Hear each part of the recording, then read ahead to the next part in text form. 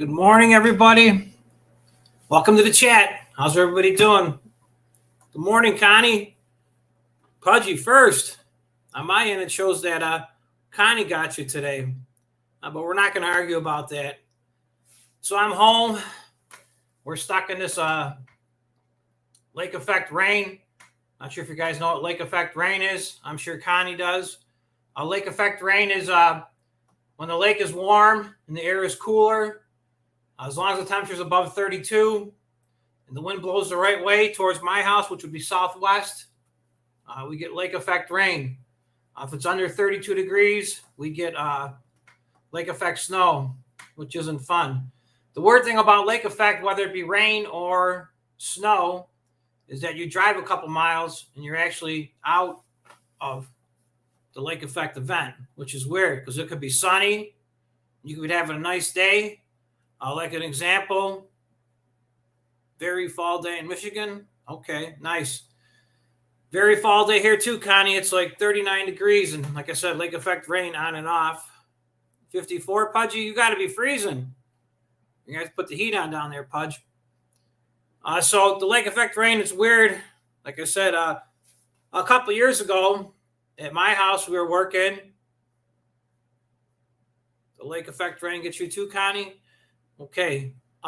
So we were working and it was raining by my house, and then we drove a couple miles, met up with another contractor, had a leaf job going on, and we were working. It was only like maybe 15, 20 minutes from my house, and it was nice and sunny up there. So we worked with that contractor doing a leaf cleanup that day, just to generate some cash because we were, not necessarily on schedule or ahead of time, but we just couldn't do no work in our area. So we chose to help them out. Good morning, Serge. Almost time to harvest cotton. That's cool.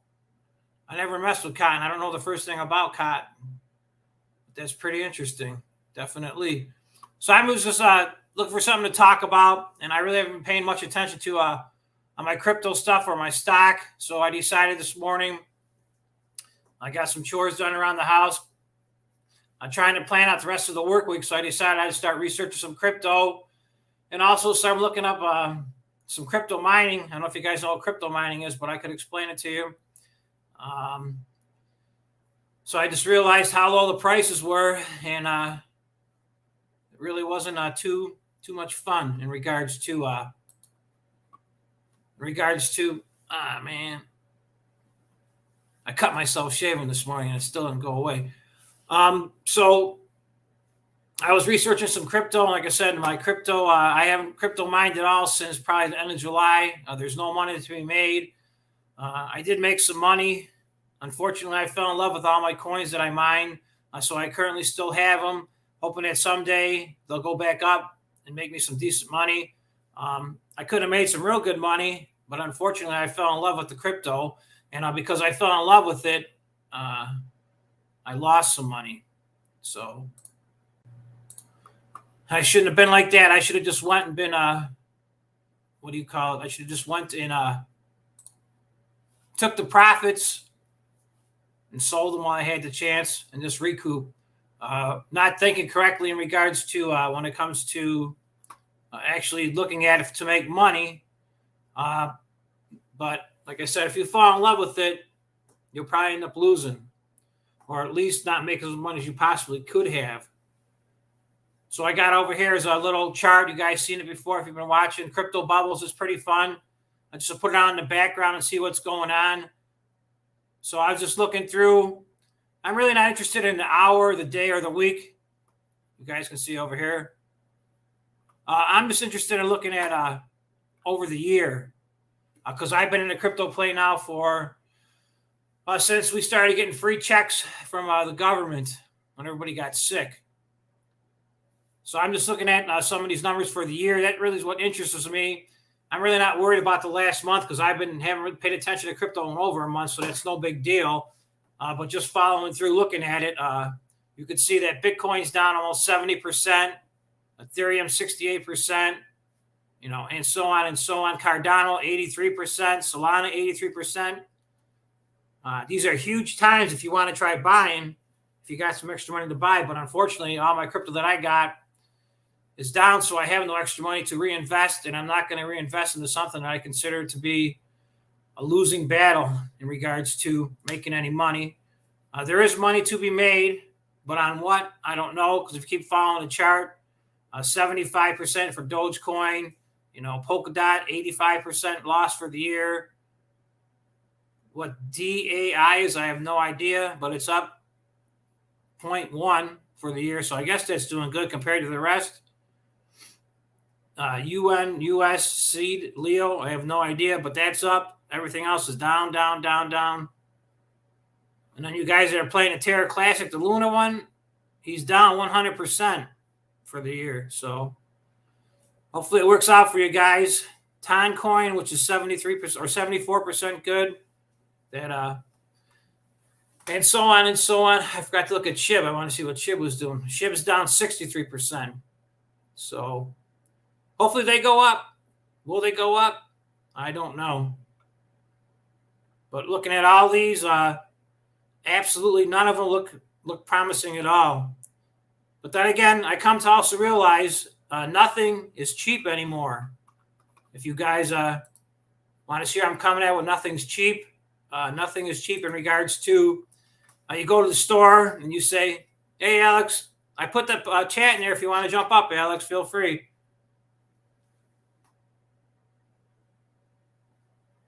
Everyone is earning with puts on QQQ. That's cool, Pudge. Hopefully they are. Not me. I'm saving my money. You'd be better off to buy scratch-off tickets, in my opinion. So I got that in there. You're backstage. Oh, there you are. There you go. Yeah. Good morning. We're just doing a little crypto talk and crypto mining. Yeah. That's what I was watching. I was waiting for you. Yeah, we were talking also about the weather a little bit in the beginning about lake effect rain. It's not raining here. I'm surprised you're not cutting grass. No, I got the lake effect rain by my house. The way it works is the warmer air blows over the cool air blows over the warmer lake, and it just deposits like rain or snow for a couple miles inland. And unfortunately, I live right next to Lake Erie, so I'm right there. So I'm going to jump around. This is pretty funny. I was watching another crypto miner this morning, and I was listening to some guy who was talking about his farm and basically just smoke and mirrors, blowing smoke up your butt. What they were talking about. I'm just trying to keep everybody in the game. So it made me jump over because I do watch other a crypto channel, seeing like about hardware that's in stock for computers and that. It's just something that I'm interested in, computers. So I jumped on and people were talking about the 4090. The 4090 is the present graphics card. Let me see if I can get it up here for you guys. That's the newest and hottest thing, and I'll read it to you, and you guys are going to laugh when you see it. So let me share this with you guys. It says the RTX 4090, which starts at $1,599, so $1,600. Add tax to that in my area, it'd be about $1,750 for laughs and giggles. It went out of stock in minutes after going up, for sale on Newegg and Best Buy. Demand was apparent with NVIDIA's Founder Edition RTX 490, which is being sold exclusively via Best Buy. So that's too funny. So they took, unless you're going to use this card to do other stuff besides a crypto mining, I couldn't see why you would buy this graphic card unless you got to have the next latest and greatest best thing out there and be the big boy and say, oh, I got a 4090 just to prove something to somebody, which means absolutely nothing being a material thing. But if you do use it for like editing or to run your business, I can see spending the money. But in regards to crypto mining, it's totally a waste of time, which I'll bring you guys to. Let me stop sharing this page. Another website I check out if you guys are interested. It's called What's in Mind. Hey, CB. Thank you. Thank you for stopping by. I was to say, I'll stick with gold. Oh, I'm going to show. Let me see if we get to pop up. Okay. Go out on weekends to garage sales, buy junk jewelry. Hey, if that works, that works. I tried something similar to that years ago when everybody was doing the eBay thing. We would go around to estate sales, especially in the wintertime, because in the wintertime I got not much going on if it's not snowing. I get my chores done at home, then I go out and do what I want to do. So we would go to estate sales or like indoor flea markets. There used to be a lot of indoor flea markets around, but unfortunately they're closing down as a sign of the times. And we would buy stuff and we would put it for sale on eBay. And we made some money off it, but we didn't get rich. But it was kind of fun. And then after a while, it just became a pain in the butt having to deal with shipping. You have to get the item, you have to box it, and you have to, go to the post office and hope that the postage was correct, so you didn't have to lose money on selling it or tell the buyer that they owed extra money because they didn't want to pay them extra money. But it was fun for a while, but then it got old with the shipping problems that we got. Farm is a good option usually. Do you think, Paul? Do you think things will come back? The flea markets and stuff. I mean, there is some flea markets still going on. Yeah, there is. See, the problem is everybody stays home nowadays and shops online, so nobody, really wants to go out there and hunt for stuff. So when it's right in front of their fingertips and they don't have to leave the house, hopefully it does come back because it's kind of fun to go once in a blue moon. I'm not saying every day or maybe once a month or right. You get something out of the blue and go, hey, let's go to the flea market. It's pretty cool to see that most of the stuff is junk that's there, but it's still pretty cool just to see. You might find something pretty cool than the junk. You never know. Sure. Very true. Very true. You don't know until you go. Yeah. Same thing, same thing with the estate sales. Sometimes you get some decent stuff, but a lot of times the people that run the estate sales, they get first dibs on stuff. So, they're very knowledgeable of what they're doing. So they'll pick out the best stuff for themselves. Like in my area, we got a huge indoor and outdoor, they call it an event center, and they use it for the flea markets. And he's got like all kinds of lockers outside that you could rent, for the month. And then you could open up on the weekends to do the flea markets. But that guy's got the most beautiful stuff in his collection for sale, but it's the best of the best he takes out of people's houses because he's a big auctioneer in regards to that. So if you want the cream of the crop, like he's actually got an indoor carousel that he bought from somebody, from like an amusement park that went out of business. It's unbelievable how beautiful it is from like the 1930s. It's like, if he was to sell it, he'd probably want maybe $400,000 or $500,000 for it. You know what I'm saying? And I'm sure he probably gave maybe $50,000 for it just to get rid of it from the people. If you ever go, can you YouTube it? Yeah, I could. Yep. I won't be doing it this year at all, though. It's not that it's getting late in the season. Maybe I'll do something like that, in a couple more weeks, like say, around December time, because it's not going to be not much stuff to do. But there are people that'll come out and try to sell their stuff because they're trying to generate money for for themselves for the weekend, whether it be to survive or buy beer or who knows what they might want to do with their money. True that. There's always somebody trying to hustle somebody because that's the game of life where they're trying to take your money and make it their money. Hey, Pudgy, if you're still there, what did you mean by farm is a good option usually? I'm not sure if you're talking about the stock farm or a crypto. You lost me on that one, bud. But anyways, if you guys are bought a ball and chain, $3. Let me see what you got here. Brought it home, 15 grams, $700. Wow. Paul, I'm actually surprised you weren't live yesterday cutting grass. No, I'm on a rain day. It rained yesterday too. It's supposed to rain by me for 4 days in a row now. But it's not like a soaking rain. It's like it'll be like a steady rain for like 20 minutes or half an hour, and that'll slow down to a drizzle, and then it'll go away, and then it'll crypto Pudge. I'll look that up in a second. And then it just comes and goes during the course of the day because it all depends which way the wind's blowing off the lake. And right now if I get west, I get a little bit of rain. If I get southwest, I get a lot of rain. I'll check that out, Pudge, in a second, fam. See what that is, crypto. But I want to show you guys, if you guys are interested in mining, about how much money you can make off of mining cryptos. I saved my Ethereum. I mined three Ethereums over the course of the year, which I was happy as could be. And I thought there were some, big bucks. I would have bet the farm in regards to that Ethereum. When it got to 2.0, it would have shot up to the moon. And unfortunately, it's just been hanging around like $1,300. I would have bet the farm on it, saying it would have went back up to 45 to 5,000, like the all-time high for it. But there's more to it. There's something going on that I don't know in the background that's causing it not to skyrocket. I haven't done no transactions with cryptos recently, so I don't know about the gas fees. What a gas fee is, they call it a gas fee. They if you buy cryptos, they charge you to transfer the transaction to call a proof of work or proof of stake. That just proves that you actually gave them money and they gave you back what you bought in return to make it legitimate. So people got a paper trail to follow. And before with the old Ethereum, which is original Ethereum, it was super high gas fees to do transactions. So I haven't checked out the gas fees. I have to look that up too. That's pretty interesting. I'm going to check that out real fast, Pudge. I'm going to see. So what you got going on, Alex? Oh, nothing. I may go for a walk in a little bit, but we'll see how my foot is because obviously I was working all day yesterday. Oh, that's cool. I like to walk. I think I told you I like to walk every day. Yeah, it's nice. Yes. Okay, Harvest Finance Farm. Let's see what we got here. And I'll probably have some lunch in a little bit too. Nice. Pudge, I'll pop this up in a second. Most of the time, while you're cutting your grass, I'm sitting here eating lunch with you, even though you're cutting the grass.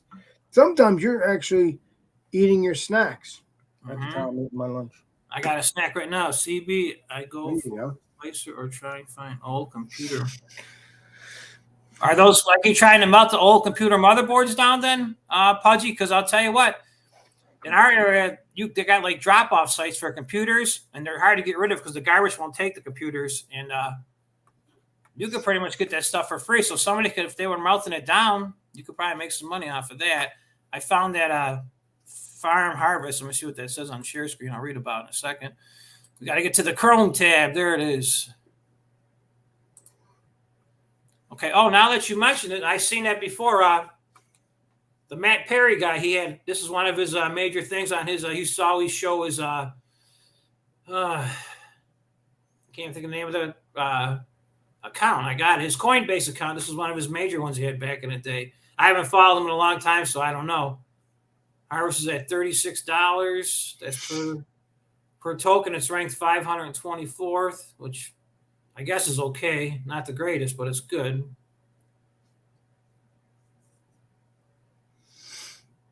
I want to see what the high date was. Convert that over. Let's see. Year to date. 200 down to 20. So, Paul, I guess you won't be cutting grass for a couple of days then. Oh, I'm gonna try to go tomorrow, and tomorrow I'm just gonna concentrate on I'll do some leaf cleanup if I can, because I got a strong enough backpack blower that it's got enough power to it to move the leaves up.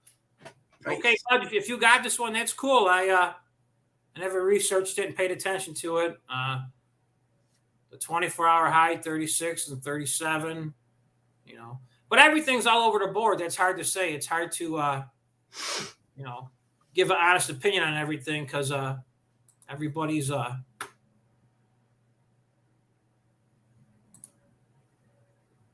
trying to, save money. Which takes me back to, I've never finished my story about nothing's cheap anymore. And what I mean by that is, if you buy like a generic version of something, you're really not saving much money anymore. So, you might, whether it be you get an actual Hostess cupcake for $2.50 or a knockoff one for $2, you're only saving 50 cents. There's not a big discount. And same thing with, what do you call it in regards to motor fluids or motor oils and transmission fluid. There's really not much of a big savings anymore. Everything's just through the roof. I'll give you a quick example. I got to update my outfits. I got to get some new outfits together. So I decided I'd take a ride we got this real nice, it's called Savers. It's similar to like a used clothes store, but actually they sell all kinds of stuff in there. And all their stuff is they clean it, it doesn't stink when you walk in there. It's all in nice shape. They take the time that, everything's organized. It's not just thrown around. It's actually a pretty nice little store. So I went in there looking for some used pairs of nice jeans, and they had hardly no jeans left in that store. So I don't know what's up with the used stuff. So I don't know if everybody's not donating stuff anymore to try to use that money to better their community or better their business. So that just was weird. So off to Walmart this afternoon to get some new jeans. Not going to save the money. Computers are full of gold. Yeah, that's good. We like gold. Yeah, we'll take gold is good. What's up, Serge? How you doing today? Hey, Pika Pika's here. How about that? A lot of firstborn computers our gold mines. Huh. That's cool. I have to dig them out. Hey, Pika, how are you? Happy birthday. Pika, Pika, Pika, Pika, Pika, Pika, Pika, Pika, Pika. Hey, guys, it's not Pika's birthday, but Pika, thank you for stopping by. Now we're just over here having a little chat going on. Nice to see you. Hope you're having a great day. Did you get any snow by you at all? I saw it was spinning around up there. It looked like Frank might have got some too. So that's pretty cool. But I'm going to jump back onto that GPU, what to mine. That's a good little thing to go to if you guys are interested in how much money you won't make mining. It's definitely, you'll be laughing when you read it. That's why all my stuff is off. But I still got all that crypto that I had. So I'm just going to hang on and see what it does. So the most profitable card, if you wanted to, is that brand new 4090, and it would make you 60 cents a day. But after electricity, it would only make 2 cents. And I don't know what you'd be mining at K heavy hash. I have no idea what that stuff is. I know Nice Hash. I've used them before. I still got an account with them. I agree with them. They're pretty good for like the beginner miner. But absolutely there's absolutely no money to be made on nothing. You know, I got 3 of these cards right here, 3060 Ti's. I got 3 of them on one of my systems. So they would make me minus 11 cents. So 12, or I should say 3 minus 11. So I wouldn't make no money at all there. And then I got 12 of the 580, 8 graphics, 8 gigabytes, I should say. So I got 12 of these bad boys in my other miner going. So they make 9 cents a day, and after power, you're losing 17 cents. So all this stuff is pretty interesting to research, but I think crypto mining for now until somebody comes out and wants to make let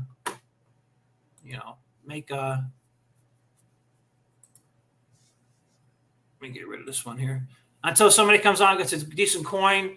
I don't know what Bitcoin's paying. I got to look that up because that's a ASIC, which is a specific 256 shot that they run on a computer system that does it. Hey, Drew, what's up, Drew? No work, Drew. Yep, Pudge is here. No work for you either. Yeah, we got that stupid lake effect rain going on, Drew.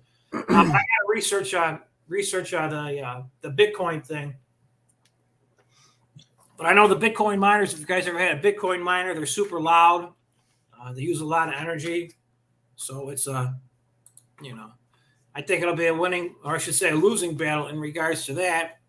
So I was just jumping around and having fun. So thinking about the weather because it's been crappy up here. Okay.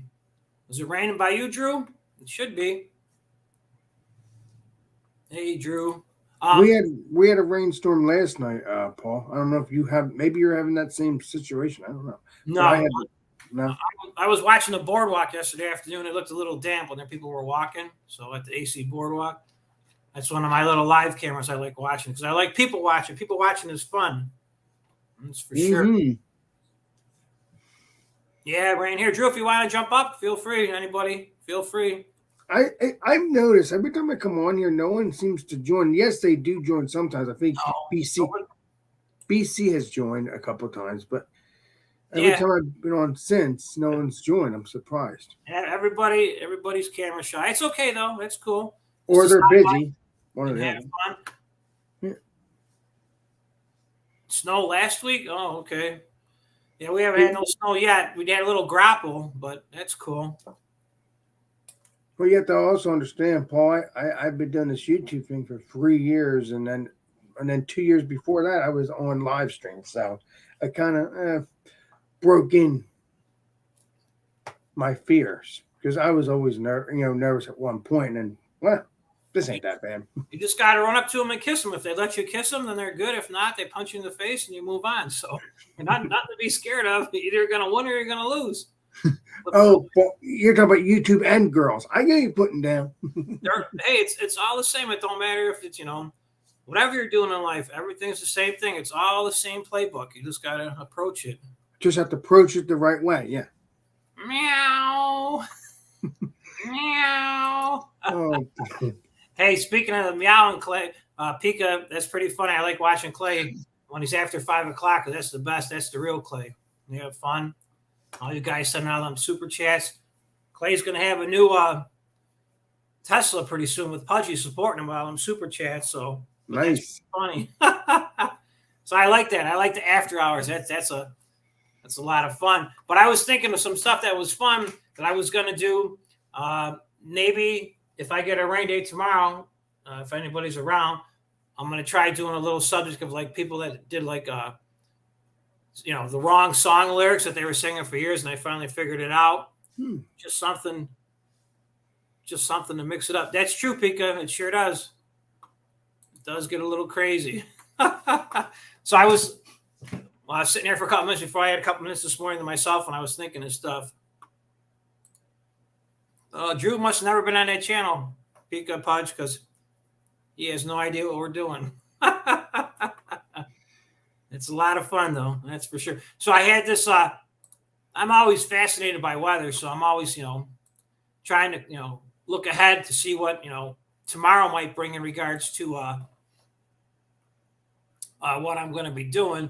So I jumped on this old Farmer's Almanac. I used to read them when I go shopping. Like I'd go to Walmart or the local grocery store, and I'd always pick them up and I would read them. I would never buy a copy. But I just like looking at it because it tells you about, possibly, just a big, gimmick, but they talk about the weather forecast. Yeah, but some of it could be true. Yeah. Maybe not completely true. But. No, I'm just saying they're just trying to make their money too, like everybody else. The tale of wet and mild or tale of shivery and snowy. So, see, they got you. They got you. They're going to get that tale of wet and mild or the tale of shivery and snowy. And they want you to order. See, they sucker you in right there to hit that order button. Oh, yeah. Oh, you just ordered. You just hit the order button. So it's just pretty funny. It says winter for my little section over here, but I'm more over in Buffalo. They don't got me over here because I'd be over here.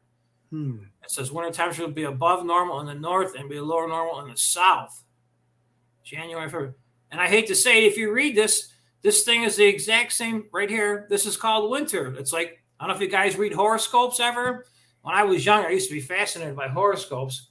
And if you take a horoscope and you read into it, you could make it whatever you want it to be just by reading into it.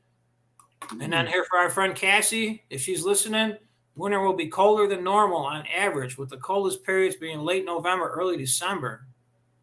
So we're gonna have snowstorms soon, next couple of weeks. No, Alex, you'll be in this one down here. You're in a Atlantic. Winter temperature will be below normal, while precipitation and snowfall will be above normal. Which is true, though, because if you get a little nor'easter, Alex, at your house, you guys get hammered with snow. Yes. Early, it says the coldest period will be early December, early and late January, and most of February. Well, ain't that pretty damn generic, that thing over there, what they're saying. See, I'm like right here. I should be like right where my pointer's at, to the left of Elmira, because my kid lives in Elmira. But that's that almost catches you too. You know what I'm saying there, Alex? You're right. Oh yeah. It almost gets you in that little thing. So it's so close. But they don't have a specific. And for Pudge, he's in the desert Southwest. So will I get a lot of snow this year, or I mean, this is obviously a gimmick thing somewhat, but do you think? I think winter's going to be a normal winter like usual. Desert Southwest winter will be warmer than normal. Hey, we should all go to Pudgy's house for the winter time. So how many snowstorms do you think we'll get then, Paul? In regards to snowstorms, here I am. I didn't notice that. Lower Lakes. I probably get, and if Simon's watching, Simon's winter will be warmer and wetter than normal, with above normal mountain snows. So basically, our winters are going to be normal this year. Me and you, right, Paul? I think so. I probably get upper Midwest. I don't know if you're in this one, Connie, or not. It will be below normal. I think you'd be in the other one, Michigan. But we probably get to answer your question. I'll leave that up here. So look for Connie's section right here. We probably, Connie, you're not in this one. So I don't know why they don't got you figured out. That's weird. I wonder why her stuff's not in here.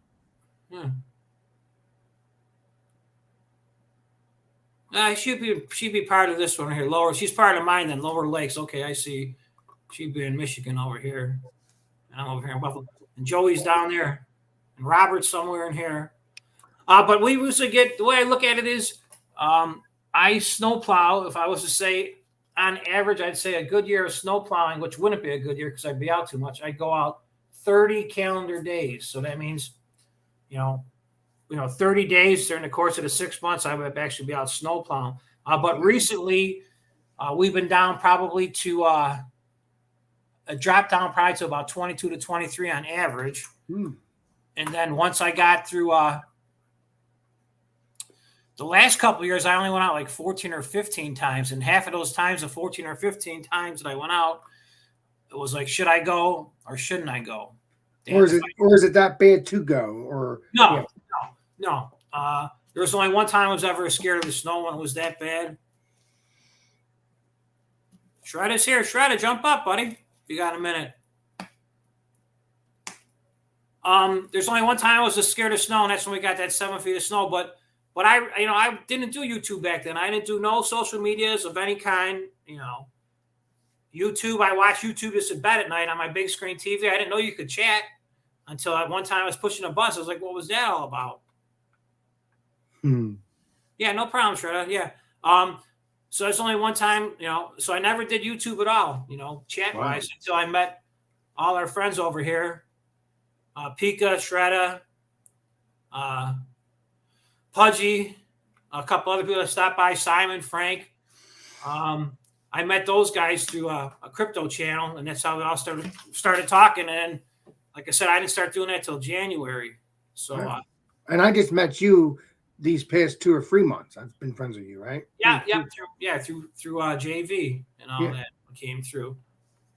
But so like I said, I don't do no social media. I just didn't have not that I didn't have time, but now that I started doing it, it's actually pretty fun talking with people, normal people that, want to have fun. Because if you don't want to have fun and joke around, then it's not for me. I go on to the next. Right. Like you said, Paul, if me and you didn't, hit it off when we hanged out the first time, we wouldn't be talking right now because it has to be fun. You know what I mean, Jelly Bean? I hear you there, Sunshine. That's for sure. But I like having fun. So anyways, to get back to the snow subject, talking about the snow, I got some other stuff I wanted to talk about too. What I'm saying is, do you think we'll be, me and you, do you think we'll get a lot of snow this year, or you think it's just going to be normal snow? Well, if I'm correct, I really don't know your snow situation in your area, but like I said, whenever you get the nor'easters, you guys get hammered usually. True that. Other than that, you guys really don't get much snow. We used to in the 90s. Yeah. Used to. Yeah. So like I said, so I go out maybe, 14 or 15 times the last 2 years. And it's just been, for no snow too, Pika. It's just been easier and easier when I say, this past year I just did was super easy. In half the time, because I my contracts, it says I don't start snowplowing until it gets to 3 inches deep. True that. Some other guys, if you're new, young, and go home, gung ho, some guys will start going out at 2 inches. But this is for residential. I'm talking. I'm not talking like commercial, whether it be a gas station or a doctor's office or a smaller like a little plaza where they got stores in it. I don't do none of that work no more. One, it's too risky because everybody's too happy. Number two, those people at those smaller stores, they don't want to pay for rock salt. So that sets you up right there because when you're scraping the snow, and a lot of those parking lots got potholes in them and everything because they're neglected. So those are all those accidents waiting to happen where people slip and fall. And guess what? You're the snowplow guy, so you're part of the lawsuit. I mean, I don't want to waste my time in regards to. Wait, you would get sued even though you're not there. Mm-hmm. You would get sued. Wow. Mm-hmm. Yeah, because they want to know if you're going to sue somebody, you got a good lawyer. He's going to sue whatever happened to you. The person that hit you or how you got hurt is going to get sued. And the person who owns that property, whether it's a business or a homeowner, is going to get sued. And then the person who's supposed to be maintaining it, which would be myself who's supposed to be maintaining it, it's going to get sued because they're going to say it's a poor job no matter what because they're looking for money. They're looking for payouts. Wow. It's going to go so on and so on and so on.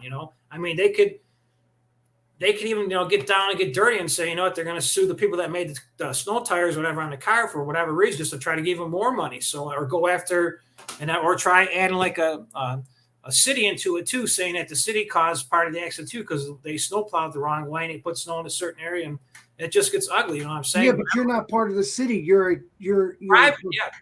But because contracted to maintain that property, I get sued on a slip and fall. I'm part of the reason. You know what I'm saying? You're part of the agreement in that property. Yeah. Wow. Yeah. So it doesn't. It's not worth it. No, it is worth it. You know, the speaker says, Alex, I like the art in your background. That's cool.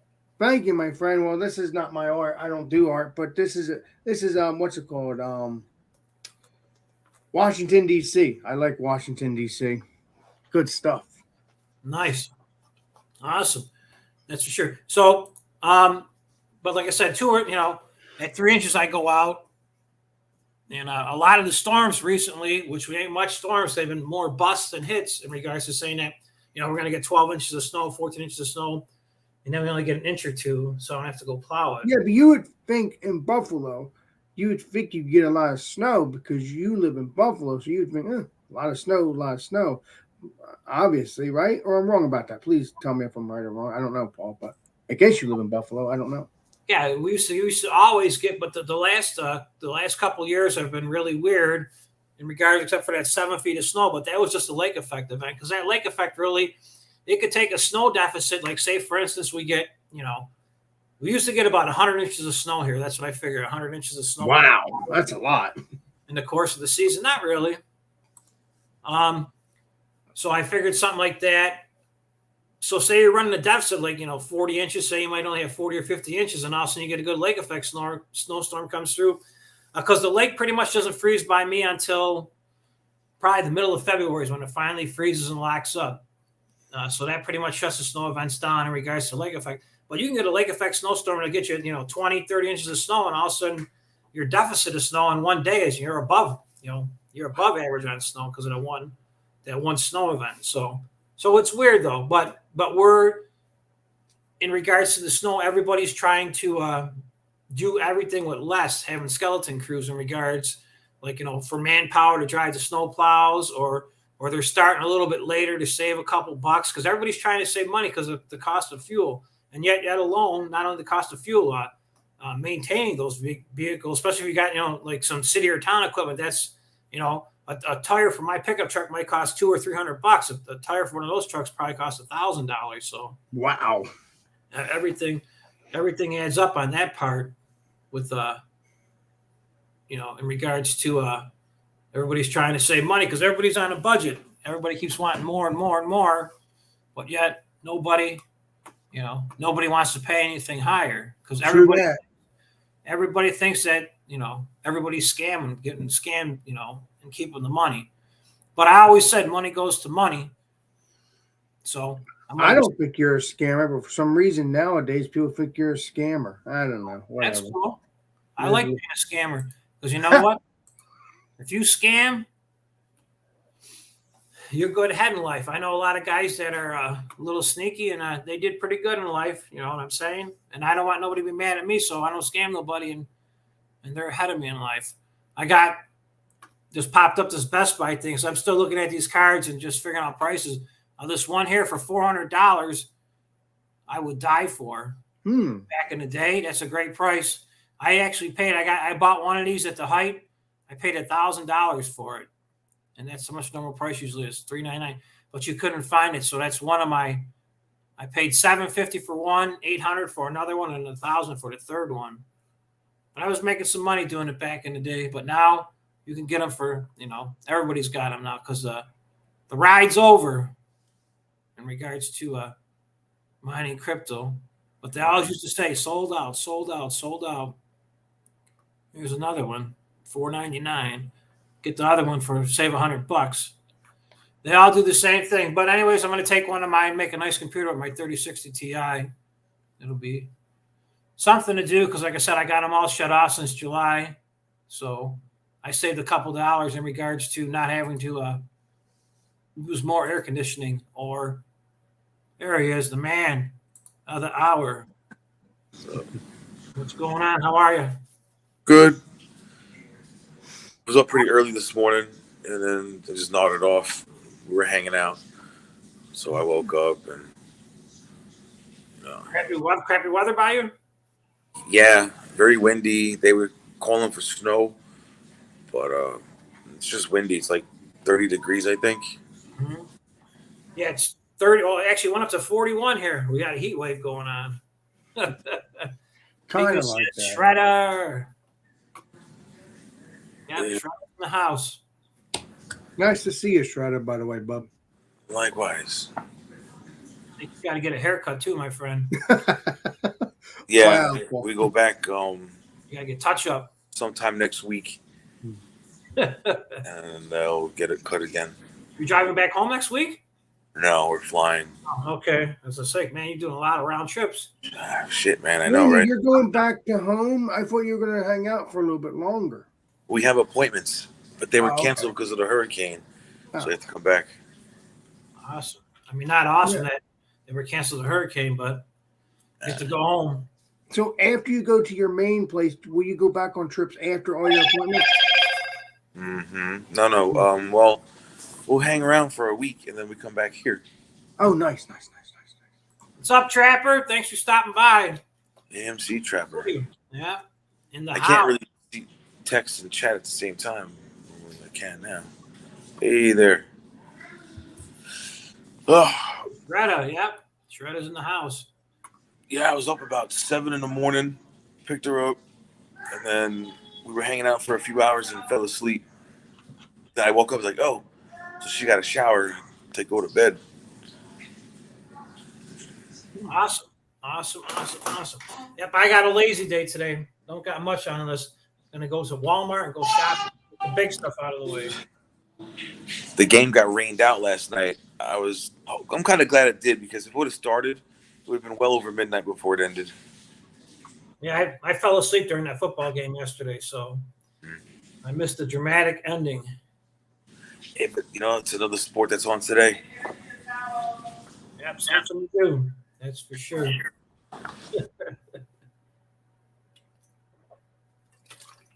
So, Trapper, you missed it. We were doing a little crypto bubbles, talking about crypto for a couple minutes. Then we did some GPU mining stuff, how much money to make off of mining, which is none right now. And we were talking about the new 4090 RTX card. Never We heard had a of it. little fun. We were talking about the winter forecast too, through the Old Farmer's Almanac. Yeah, I just jumped on like 5 to 10 minutes ago. So we had fun. Alex held the fort down. He kept everything going. He kept it moving. That's for sure. Well, Yeah, I saw your video of the wood boil. That's pretty cool. Then I started looking into it more, and now I understand what it actually does. Yeah.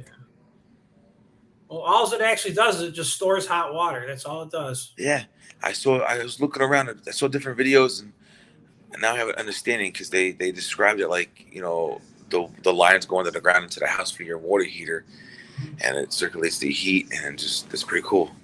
Some burn 24 hours. Some people have to do it twice a day.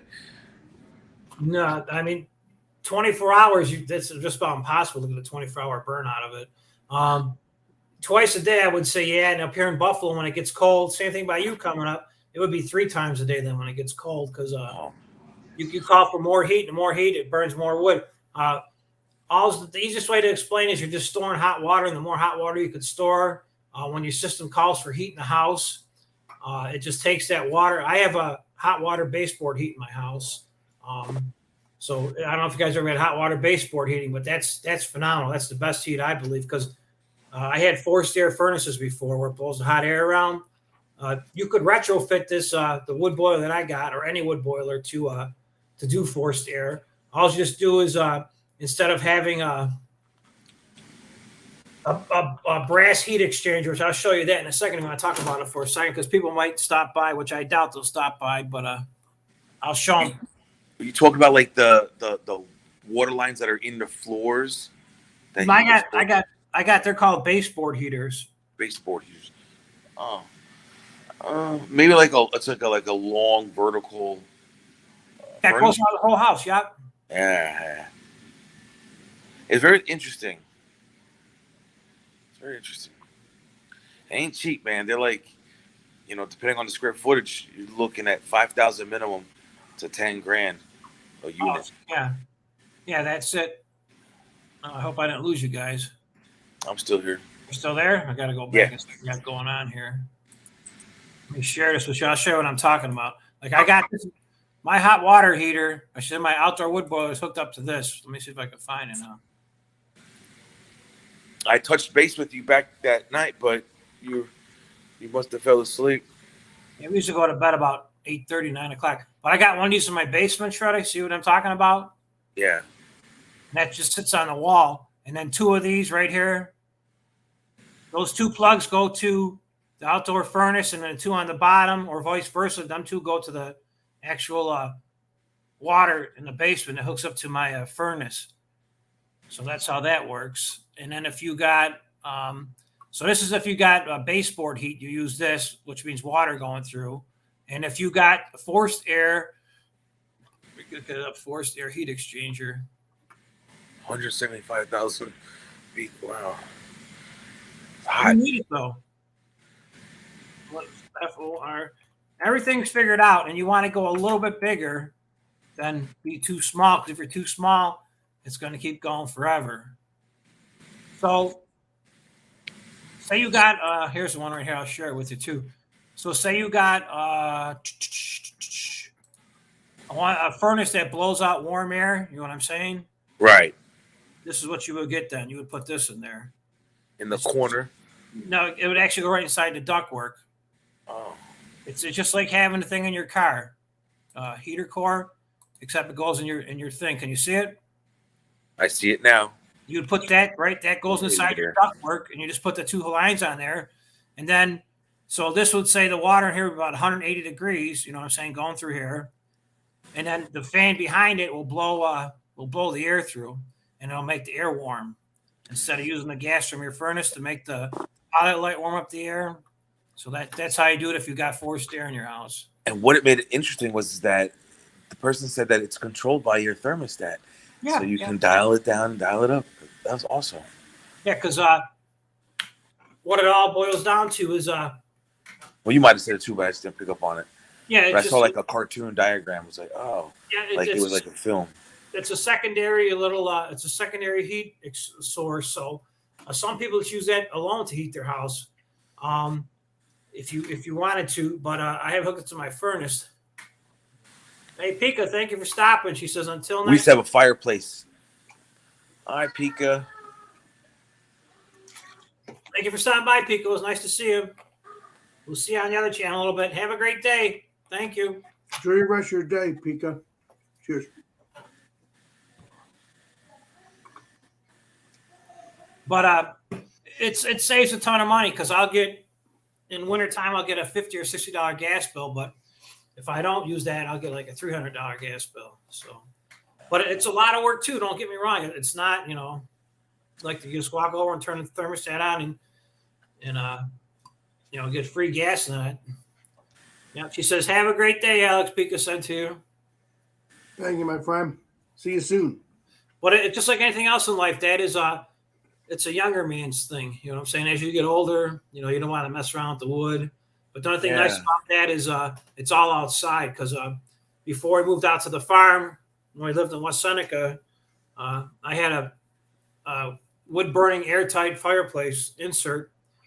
It was made by Avalon, and it was called Olympia because they made it out of Washington State. They made it, and it was a nice unit. But you can put small pieces of wood in there, and you have to bring the wood in the house, and it would drop on the rug, and you have to vacuum clean the rug. So it would get messy sometimes. But yeah, I don't mind cold, dead air, but just not the wind chill. So we're looking at, I think, maybe negative 17 degrees one day. Negative 17? Never. How do you figure that? Maybe in the up here, yeah, it's going to be in the negatives, but it'd be cold, dead air. It's doable. In the dead of winter, yeah, I could see that. Yeah. Right now it's windy and cold. It feels colder than it is. Yeah, it's more of a dampness cold in your house, so you got to put the heat on just to get the dampness out of the air. But like I said, I don't like using my big stove because it gets too hot in the house then. Because realistically, it'll be 85 degrees in here in the whole house, not because I got an older setup, and if you know anything about heating, we got heating zones in our house, and there's a pump for one zone, and then the other part of the house has got a heating pump for the second zone. Oh, so you run it to other parts. Okay. Yeah, and you you could have as many zones as you wanted to on your house. You know what I'm saying? So you got to dig the lines under the ground and run it to the home. No. No. All that is yeah, those two lines. Water. Yeah, I run those two lines in the ground. Yeah, they're just PVC plastic conduit inside of that, and they're insulated. Mm-hmm. Those two go in the house, and they go to that heat exchanger I showed you, and that goes to the furnace. But on especially on newer houses, new builds, you might have 5 or 6 different zones. You might have a basement zone where just the basement will heat up at a certain temperature. You got to have a thermostat in all the different zones, or program it through a computer to say that when zone 1 gets to 65 degrees, turn on your computer. You know what I'm saying? With the digital stuff you could have. And you might have on your house, you might have 4 or 5 zones. You might have like an upstairs zone. Your bedroom is another zone. Like your kitchen is a different zone. So that way, at certain times of the day, you could call for heat. Now, right. With my old farmhouse that we got, because our farmhouse that we got was built in 1914. We bought it from the original owners. They have it set up so that the left side of the house, or I should say the south side of the house, has got its own zone, which means it's got its own thermostat that controls it because it's old-fashioned. It's all old school. And on the other side of the house, which got the bedrooms on it, that would be the north side of the house because it's just a big square box. You know what I'm saying? And so the bedroom side's got its own zone. So that way, at night, you could turn like the main section down, like to say 62, where you would sit like during the day, and you could put your bedroom up to 70, and then vice versa. During the day, you could put the main part of the house up to 70 and put your bedrooms at 62 for during the day, just to, instead of it being 70 through the whole house, it'll be you might save a little bit of gas money. Would you? I don't know, but that's the way the zones are set up in regards to having different zones at different times of the day.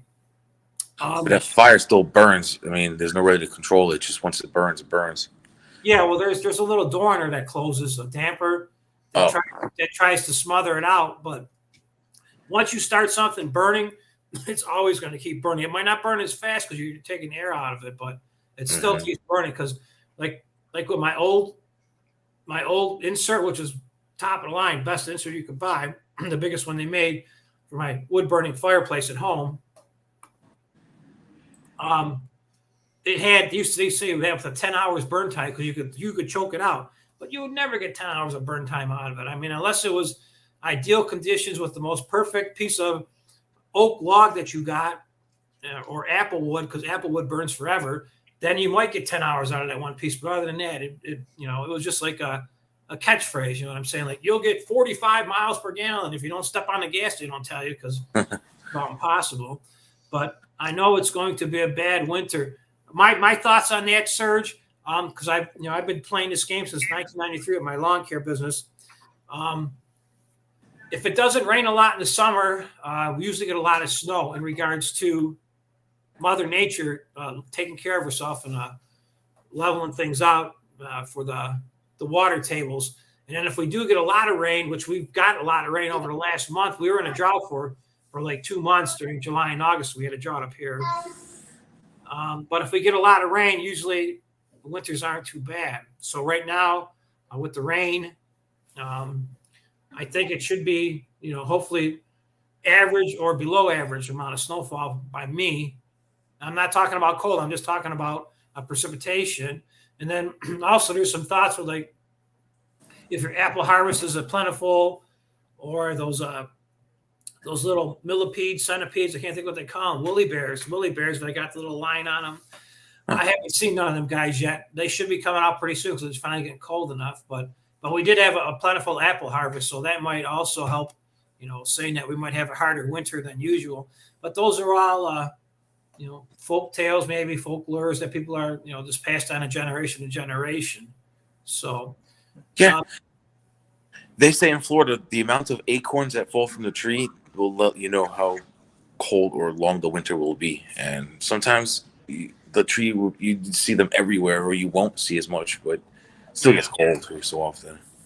Yeah. That's just nothing you could do in regards to, it's going to be winter. We're going to have that season where, nobody knows actually, Hell, all the cornfields out here, they started turning brown, like maybe within a month ago. And I'm like, oh, they're all dead, but you can see the stalk, the corn. Yeah, the ear on it. Yep. But Here, yep. nah, they're going around harvesting them still. Yeah. Yeah. Same thing with the corn is just about done here. Now it's all just feed corn they're harvesting now. So Oh, okay, that's probably what it is. that's So what I'm you like, got by you too. Yeah, because there's they do grow some sweet corn, but nowhere as much sweet corn as they do the feeder corn. yeah, and I saw the machine that they use. It's got like spikes that spiral, Yeah, it's and a the combine. baskets in front. It's interesting. And when they chop them down, they're only about like maybe a few inches off the ground that they break. Yeah. I don't know if they grow back. No, but I know it's just one time the corn's done. Once they harvest it, they got to reseed it. replant everything in the springtime, redo the lawn. But it's pretty cool because I get to see that part because the guys I buy hay from, they're dairy farmers. They're like fourth generation dairy farmers, so they got all that big equipment for doing that. Because that's pretty interesting for the farming part. All right. But if you think I was gonna say, so what they're harvesting now is basically feed corn, because they would have got it before it turned brown. okay, no, basically all they're doing now is I cut myself shaving. They're harvesting that feed corn to feed their animals because if you think about it, it's just the most craziest thing. The dairy farmers that I deal with, they used to make tons of money, but now everything's regulated. The middleman makes the money, but they're basically farming all summer long just to survive wintertime, to harvest their animals, to keep them fed. You know what I'm saying? And the same thing with me. I buy hay from them because, there's no fresh grass for the horses to eat. So I have to buy the hay and store it at my house or leave it at their place and buy it off them, weekly, because everybody's just trying to make it through wintertime to get back to springtime. So it's weird that, you know what I'm saying? They hustle every single day, the farmers in the summertime, just to stay alive in the wintertime and make no money, So it's pretty, pretty weird in regards to how much, effort goes into, being self-sustained. Because if you had to actually go out, if you had a dairy farm like he's got, he ain't a big dairy farmer. He's got like 300 head, which, isn't small, but it's nowhere as big as the commercial dairy farmers. But, if he had to go out and buy those things to feed them, from somebody, he wouldn't be able to stay in business because he spent too much money just feeding those guys. All the profits would be gone. So, and then if you look at his tractor, you know what I'm saying? Or his combine. That combine he's got is almost $1 million just for the combine. Can you imagine making a payment on that? And he's got some big 4-wheel drive, Case International tractors. They got to be $300,000-$400,000 each, but you need them. That's what keeps him alive. So he needs that stuff. So he pretty much just collects the money like I do and just writes checks out and continues on. Even in the spring, when I've seen nothing but corn beyond every single nook and cranny of this whole state, and Indiana too. They're I didn't see anybody really harvesting, and they were all green. But now where I drive through, they're all like they turn. The fall of the leaves color. Yeah, tannish. They're harvesting them now. I'm like, but they were still stockpiled in the stores. That's interesting. Yeah, but that feed corn is definitely feed corn is just for feeding the animals. It's different than sweet corn. It's two different items. Yeah, back home we went to the market. I was gonna get some double yolk eggs to bring back, and the guy at the time told me they make sweet corn by growing it next to like watermelon or melon patches. They grow next to like fruit. That I don't know. I'm not sure about that 100%, but I know all the corn that they plant, it's all genetically made in a lab. They put together different strains of corns and somehow, I don't know how, but that's what they yield. If they want, bigger ears or it to be a little short of a growing corn or a little bit longer. So wait a minute, bro. When I eat corn in the cob, it's not real corn. Yeah, it's real corn, but I'm saying all that corn I'm talking about, this is all for feed corn that I know about. It's all made by somebody. Somebody engineered that corn and made it to a specific value of what they wanted out of it, whether it be size, you know what I'm saying, or time to harvest. It's all because if you drive around the country and looking like cornfields out of the blue, there'd be like signs like in the front of it, like by the street, and it'll say, Joe Schmo's corn, right? And that's their particular little brand of corn, and you might get more harvest out of it possibly. Now, when I say harvest, most corn that I've seen, you only get 2 ears off of one stock. Really? 2 off that one big stock. Wow. Yeah, I've seen on an 8-foot, stock about 6 to 8 pieces, 8 ears, and you know, they don't start growing till like after like maybe 4 feet high. You start to see. Yeah, because they But I've always seen those signs around. I've seen different signs too. That's interesting. those different Now, signs are from different growers. And I don't know if they cut into the branch, and they peel it back some, and they put something in it, and then tape it around so then it grows, and then they have you new seed eventually from that. I'm not 100% sure on it. I don't know. They do that with oranges. Yeah, because like I said, because with those signs, people will drive by and they might say, "Oh, look how nice that corn is." And say, "Who makes it?" Then they said that person will, buy that particular brand for the following year to plant, possibly. Just like my lawn business, you drive by, "Oh, that looks pretty good. Who cuts that lawn?" I wonder, and then they might call you. You know what I'm saying? Yeah, as easy as just to get to. You can go right there and just pick one off and cook dinner. But who's gonna steal 5 cents worth of corn? Realistically, it's going to probably be feeder corn. Mm. So the good stuff is made like in greenhouse or somewhere else. No, in the field, but further in. Nah, I'm not sure about being further, but it's in the field. But it's like I said, it's a different type of a seed that they plant that makes that. So, and would that be used for gasoline too? The ethanol part, I would think they would use the feed corn. Feed corn. I would think there's a lot of feed corn growing around here. They're starting to harvest now. I'm like, why did they do this months ago? Because they're just getting to it now. Everything's on a time schedule too. Because they're going to say, I only got X amount of days to make hay, and then after hay, we got to do corn, or if we don't do corn, we got to do soybeans, because soybeans is huge by us. Soybeans, yeah. That's also another time to harvest. So everything takes time to get it done, especially with lack of manpower on that end, because nobody wants to be a farmer anymore because you got to work. You know what I'm saying? So it's a dying breed, and just like if you're into like hunting. I don't know if you guys do any hunting or whatever, but that's a hunting. Hunting's a dying breed too. Once the old timers pass away, there'll still be a couple people going out, younger people going hunting, but not as many as they used to, because nobody does it no more. Family feast somehow. No, not necessarily family feast. I'm just saying nobody wants to do nothing in regards to same thing with hunting and fishing. It's a dying sport. Same thing with like horse business stuff. That's a dying sport too. I had a friend back in Florida. I don't know where he lives now, but he offered me the chance to shoot pig and deer because we live in Seminole County. So the Indians, they allow him with the federal government to clear out the animals that just breed too much. So once a year for a few weeks, he just kills. And I'm like, bro, I don't think I can do that just for fun, to clear out the land. But that's called population control, I guess. Man, I'm good.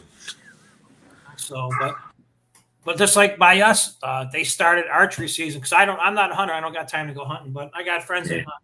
So he was on the top of the FWC, and the committee of the Seminole tribe and the federal government allow him to clear out. Yeah. I'm like, nah, bro, I'm okay. Yeah, because by where I live, not too far away, there's the Seneca Nation of Indians, and they got their own little territory that they live on, and they could do whatever they want there. They can hunt year round. So there's no laws that we got that pertain to them in regards to whether it be turkey season or deer season. Or he running around. It's their land, so they do what they want to do. Same thing with like fishing. Like we got rules for catching walleyes and stuff like that, and bass season and that, and not. Yeah, in Florida, you can fish. They say you need a license, but you can go to Walmart and get your license for like $10. Yeah, they're more than that now, I'm sure. By us, they went up to like almost $30 for the year. What's up, JV? An alligator hunt, you get. There's only so many tickets that they allow, and if you're lucky, if let's say 100 people a year get a ticket, get a license to go hunting for alligator, you're allowed to bring one guest. Yeah, I can't tell the difference. I don't do that shit either. I can't tell the people difference. shoot their boat because they can't hit them in the brain. I can't tell the difference between alligator and crocodile, but my uncle, he lived in Baton Rouge, Louisiana. That's outside New Orleans. And right across. One's saltwater, one's freshwater. Well, it must have been a freshwater one. I'm not sure which one would be the freshwater one because they had like a big pond in the neighborhood over there, and the kids would go swimming and they just be hanging out in there. The alligators, like I said, they're freshwater though, whichever would be alligator or crocodile. I'm not sure, but they would just hang out in the water. Those kids would be swimming. I'm like, hell no, I'm not going nowhere by them guys. Yeah, in the St. Johns River right now in Florida, it's still flooded. The river, it's one of the two rivers that flow north. Most rivers flow south, but this one flows north, and it goes from the yonder, man, from like South Florida to North Florida, passes through a lot of different places, Jacksonville and all that. The river rose like 8 to 10 feet, and it's into the streets. So, gotta be weird because in that one lake alone is like 10,000 gators. Oh. And yeah, the water's not receded. It's still raining and everything, and yeah, it's pretty bad. The hurricane just dumped a lot of rain and made all the water rise up. But a crocodile is like it's like a woman, it's like a long snout. But an alligator is like like that little tiny mouth. Oh, Schrader. You can tell the difference. We'll have to have a They lesson. still snatch your ass up. That'll be good. Yep, that'll be your next. You can do your next live. But anyways, Shredded, when you go live next time, do a show because I didn't do it today because I was doing this little crypto thing. I don't know if you caught it. I just do a show about people that sang the wrong lyrics in songs like all these years. Because that was pretty funny. I changed some of the lyrics up on words too, just to play with her. Yeah, but it's pretty funny. So I was listening, we were talking, and so somebody used to sing back in the day, Tina Turner, What's Love Got to Do with It? Oh, good song. Easy. And so the one person was said, white gloves, like gloves you put on your hand, what to do with them? I'm like, what the heck are you talking about? Instead of what's love got to do with it? So that'd be a little show topic for you to get some people on there to talk. Yeah, if I can, I don't have no fancy equipment, but if I can get more subscribers and go live on my phone, sure. How many subscribers do you have on your phone, on your channel? Not enough. You subscribed, but then I think you accidentally took yourself off. Wait a minute, I'm not subscribed to you anymore? I had 36, and then it stays at 36. What's your channel again? It's my name. Oh, okay. I'll look that up. I sworn I subscribed to you. Hold on. Yeah. Here's how you spell it, Alex. You can Right. Oh yeah, it's, I'm looking at it on the where his name is yeah. I can, You're not a monkey. hold on. You Hold on. like You can monkeys. see it there.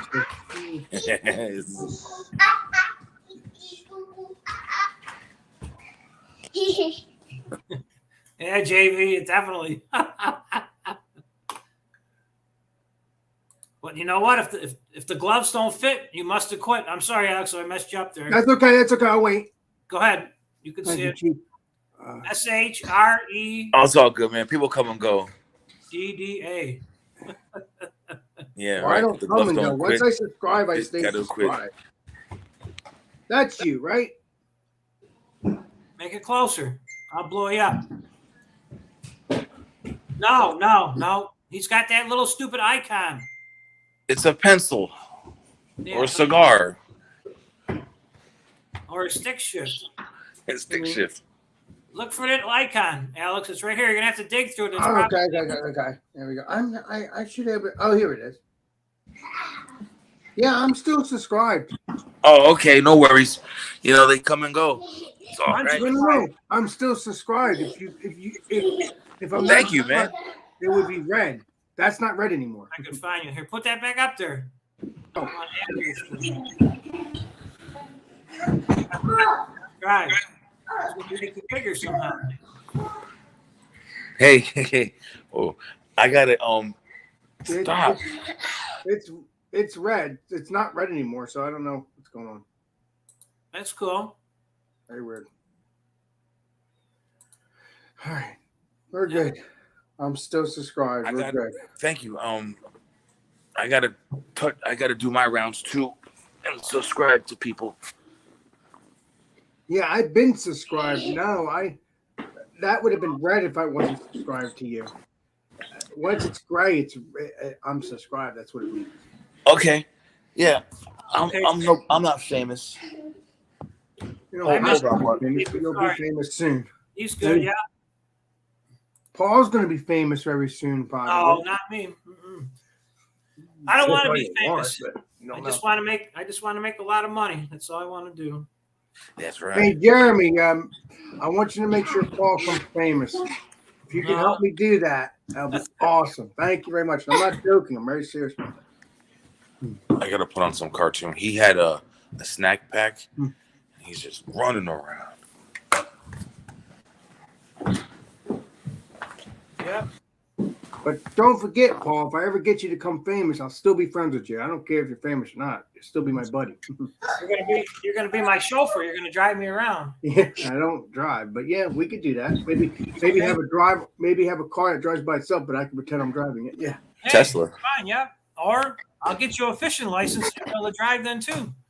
Hey, you So go. if you got a fishing license, you could drive. It doesn't matter. Wow. I didn't know you could do that. You're bad, Paul. Appreciate you.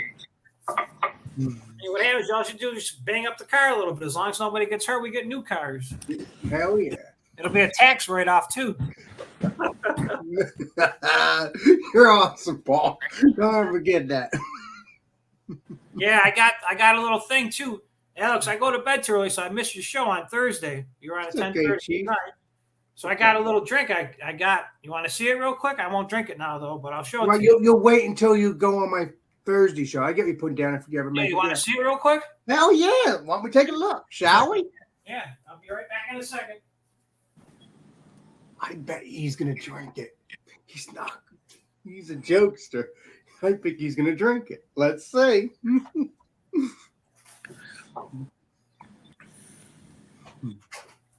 Couldn't find it for a second. It was hidden. It's not an actual beer. Yeah, like a margarita. Oh, that stuff's good too. I've never had that one before, but I do like cocktails. I like that, so that's good. Again, it's for everything. It's Alex and friends. Yeah, so you can drink anything you want, and that could be. So it's called Sex on the Beach. 10% alcohol. 10% or 5%? 10. Perfect. Yeah, and that'll taste good because it's properly mixed. Usually the mojito ones they're too like minty. It said it's a cocktail in a can. Well, I'm looking forward to you drinking that on my channel. And I got a special glass too for it to drink it. Yes, can't wait. It's gonna be awesome. Looking forward to it. I put that away because all those little craft beers you got to buy, they come in 6-packs. Some will come in 4-packs, but they're all. You can get singles. You just have to go to the right store. I don't see no singles by me. I'll have to look because I got a liquor store on one side and then a beer store on the other side of the store. Yeah. So. When I went in, I was like, "Yo, you're missing a beer from the 6-pack." They're like, "Oh, we sell singles." I'm like, "Really?" So. Would love you guys to get famous. Man, we'll stop by. We'll stop by, JV. I need to do that too, Legendary Jeremy, because you send me the link all the time, and I need to start doing that. Start joining your channel. So as soon as my show's over, I'm gonna make sure of it. I'm gonna join your channel, but I want to join your channel again because you're my friend. So that's the main. Did your son pass his test, JV? Ooh, I hope he did. He was studying for an exam. Nice. Sweet. That's awesome. So, Paul, do you think you'll be able to make it to Thursday, or you don't think it'll happen? I mean, one of these Thursdays you will, but yeah, you just don't know when. Like I said, I usually go to bed about 8:30, 9 o'clock at night. I end up falling asleep. So we get up every day at 5 o'clock every day of the week, even on the weekend. So do you think you'll try to make it on a Thursday one day? Yep. Definitely. Okay. It might Now, be. do I need to send you the link on your Instagram, or just? I mean, I don't know. Yeah, well, if I'm on, then you can send it to me on Instagram. If not, you don't have to waste your time messing around. Just send it, and then if you're there, you'll Just jump on it. Yeah, don't not just if I'm there, you'll see me in chat. So if I'm in chat, you can send it. Then that way you don't have Oh, to okay. Then okay. do an extra what's going on. Yeah.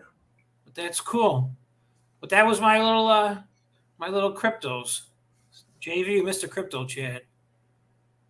Alex seen it. Alex knows. Alex, save your money. Don't buy no crypto. No, well, you were excited about it for a while, Paul. What I experienced hanging out with you every Tuesday or whatever, you always said, crypto's awesome and all, but I guess it's not anymore. Do you know on the crypto? Do you have crypto? Whatchamacallit? Coinbase. Mm-hmm. Yeah, Coinbase. Do you realize if you click on like the certain icon, you can watch videos and get $3 for free? Nice. I didn't know that. No, last time I haven't. Are you fucking kidding? Yeah. If you open up your Coinbase.com, right above your money, you're gonna click the 3 lines. Right. You can open up that page, and it'll say like refer a friend $30, and you go these options. You could watch videos for $3. Now you don't have to watch the video. You can click on it, give it like 2 seconds, and take the test, and then just select A, B, C, D, and you win your $1. Then do the next test. It's $1. Bro, I've made like $50 in the past couple years just from watching videos. Wow. Now that's on Coinbase or Coinbase Pro? Coinbase. Because I'm on Coinbase Pro right now looking at it. Not the Pro. It's the regular Coinbase. It'll give you an option that says you can refer a friend, you get $10, or up top it'll say $30 for like lending out your crypto and all the things in between. It'll stay earn $3 for watching video. They give you money. Looks like Paul's gonna be earning some money on this live stream. Watch. But it's like I'm hoping that because I've seen so many videos and this is his first time doing it, that all those videos are available for him back to back. Now the last like 3 videos, the last 3 times, all of my answers were D. They weren't like all of the above. It's just I clicked D. Correct. You won $1, and you only get $3 at a time. So each video is $1, and it's like for this. They talk about the type of crypto it is itself. Poly, whatever they want to. There's thousands of cryptos out there. So where they're talking about, you watch a video on that 3 times, and just take the quiz right away. I have to check that out. So simple. And then you can convert it into any, I converted all into the Shiba. Yeah. So, Paul, what's this special glass that you have for my show? Can't show you. I showed it on Thrash's channel the other night. What do you mean you can't show me? It's a surprise? Yeah, it's pretty cool. You guys will like it. Okay. It's definitely a lot of fun. It's an oldie. It's from 1977. I busted it out of the little antique section that I got. Some antique stuff that I got laying around.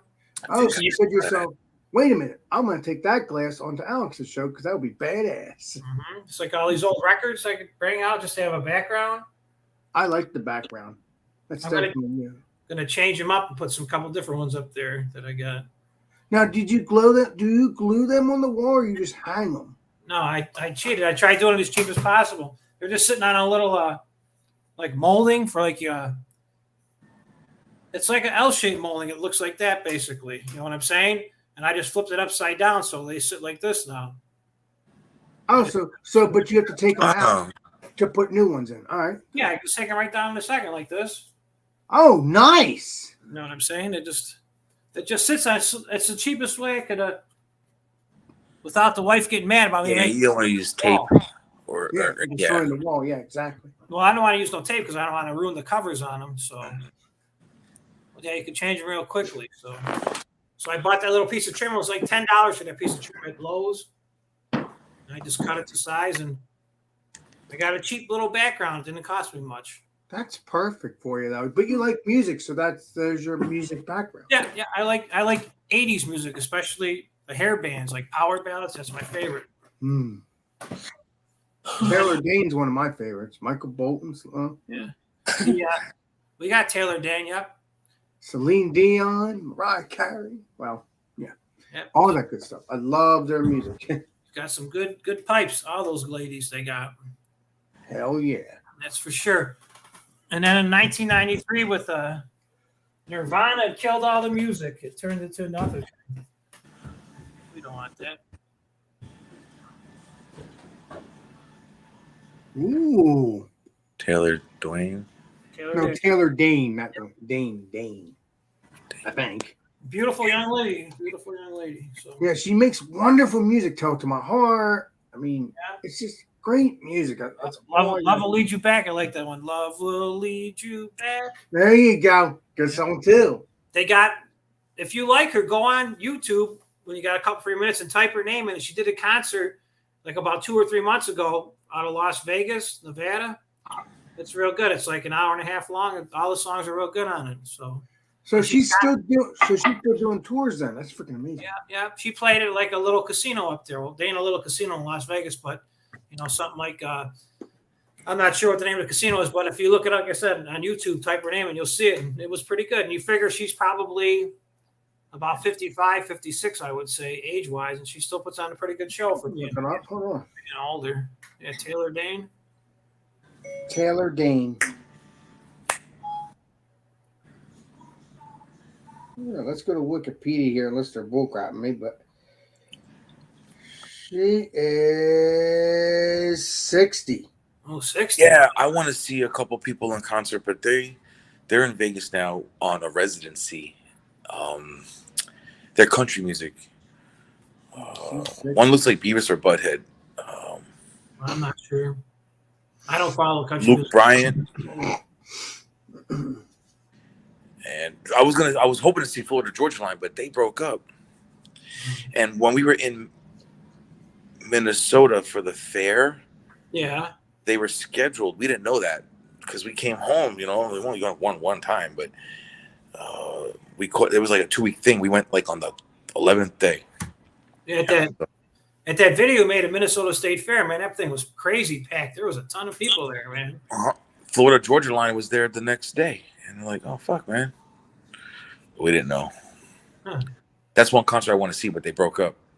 Wow. And Luke Bryant's one I want to see. He's like, I think on the American Idol judge. Yeah. There's a couple good country stars.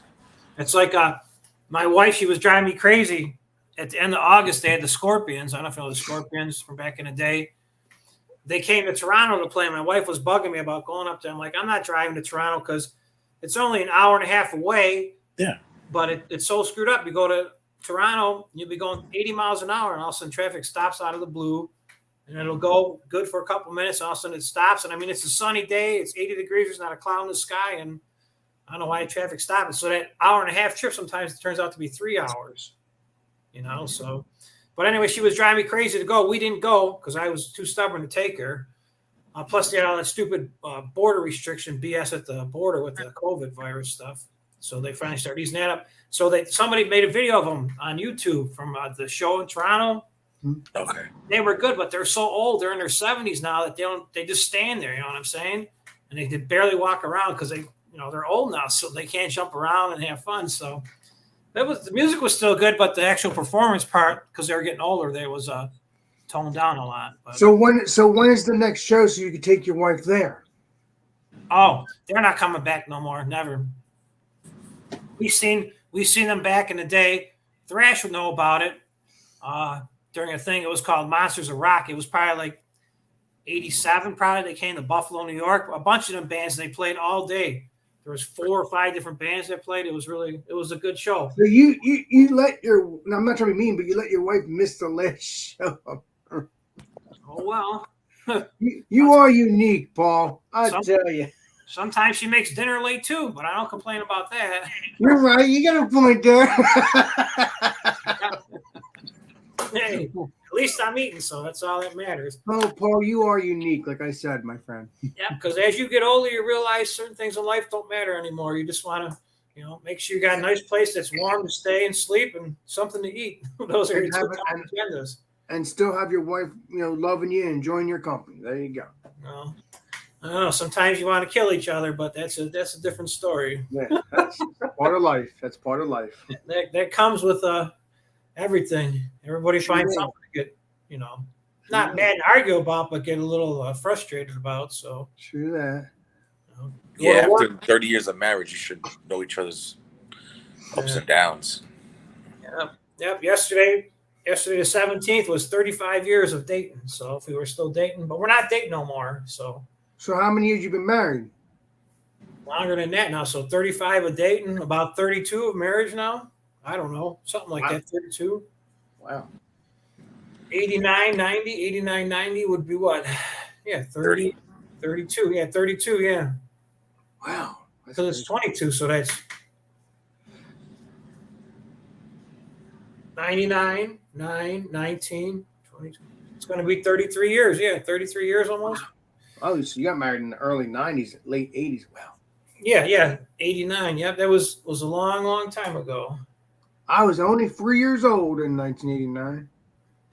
That was a good time. You missed out on a real good time because from 86 to say 1990, those were the best years of my life. But back then I was like 15 to 19, 16 to 20. So it was a lot of fun.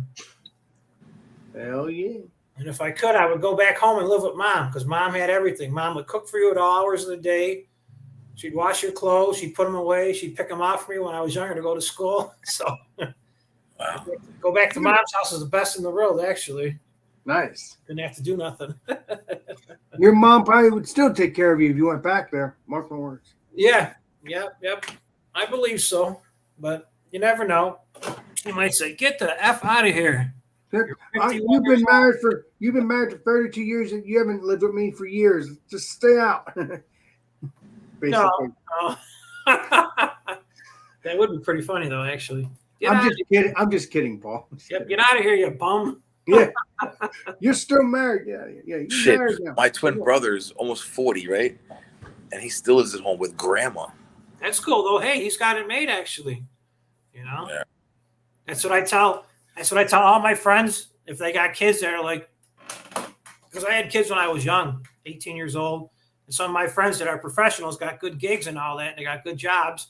And they didn't start having kids until they're 30. So now they're like, 18 to 20 years old, a lot of their kids. And I tell them, man, what do you want to work for, man? Your dad's loaded. Just live in his basement, man. Don't worry about getting a job. Your dad's the job. And my dad and my friends get mad. They're like, don't tell them that. I'm like, I'm telling them the truth, man. Just make a list of what you want from the store every weekly. If you want Pepsi or Coke or, Sour Patch Kids, make a little list and tell Dad, hey, I want to go out. Can you give me $20? So, but $20 don't get you too far now going out nowadays. So, but if you have it made living in the basement at your parents' house, heck yeah. Take their or the attic. I don't know about the attic. I'm not sure. But I guess you can convert it over if you're handy at it. You're working in the attic. So. Oh yeah. But the basement would be a lot cooler in the summertime, hanging in the basement instead of sitting in the attic. But that would be the thing to do. Stay home. Paul, you were talking about the history about your house, the farmers. Why did they leave? I'll let you know a little secret in life. Not many people are going to believe me what I'm going to say. But anything that I worked for in my life and that I want to pass down to like my kids and all that, they don't want it. You know what I'm saying? So, and you're going to see that, maybe you guys ain't there yet, Alex, Shredder, but like say when your mom and that, they pass in the future, which hopefully they don't. My mom and dad's passed. Okay. Well, they're an orphan now. About that. So sorry to hear that, man.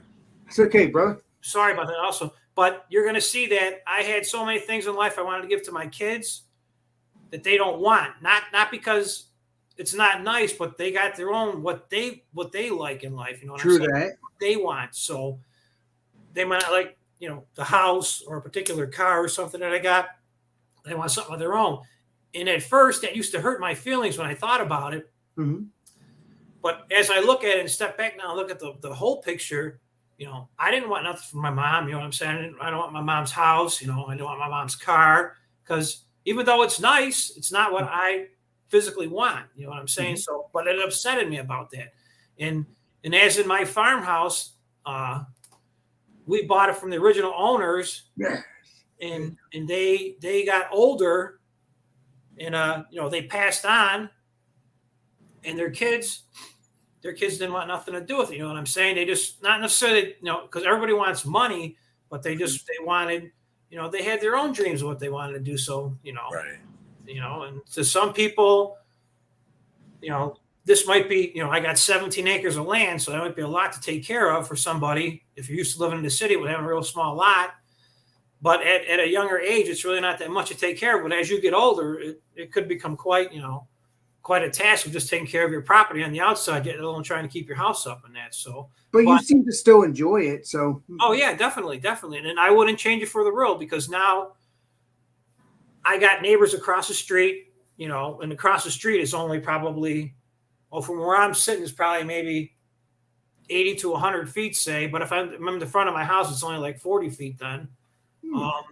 But on the side, I don't got no neighbors on one side. I got woods on the one side with no neighbors, and behind me I got all woods. Nice. And then I got one neighbor on the side of me, and that there's 400 feet from my house to her property line that I got. And I love it, because neighbors are cool, but neighbors also could be pains in the butts too. Right, you get your own privacy that way. No, not saying privacy like Shredder, that guy he was saying was smoking all the time and playing his radio real loud.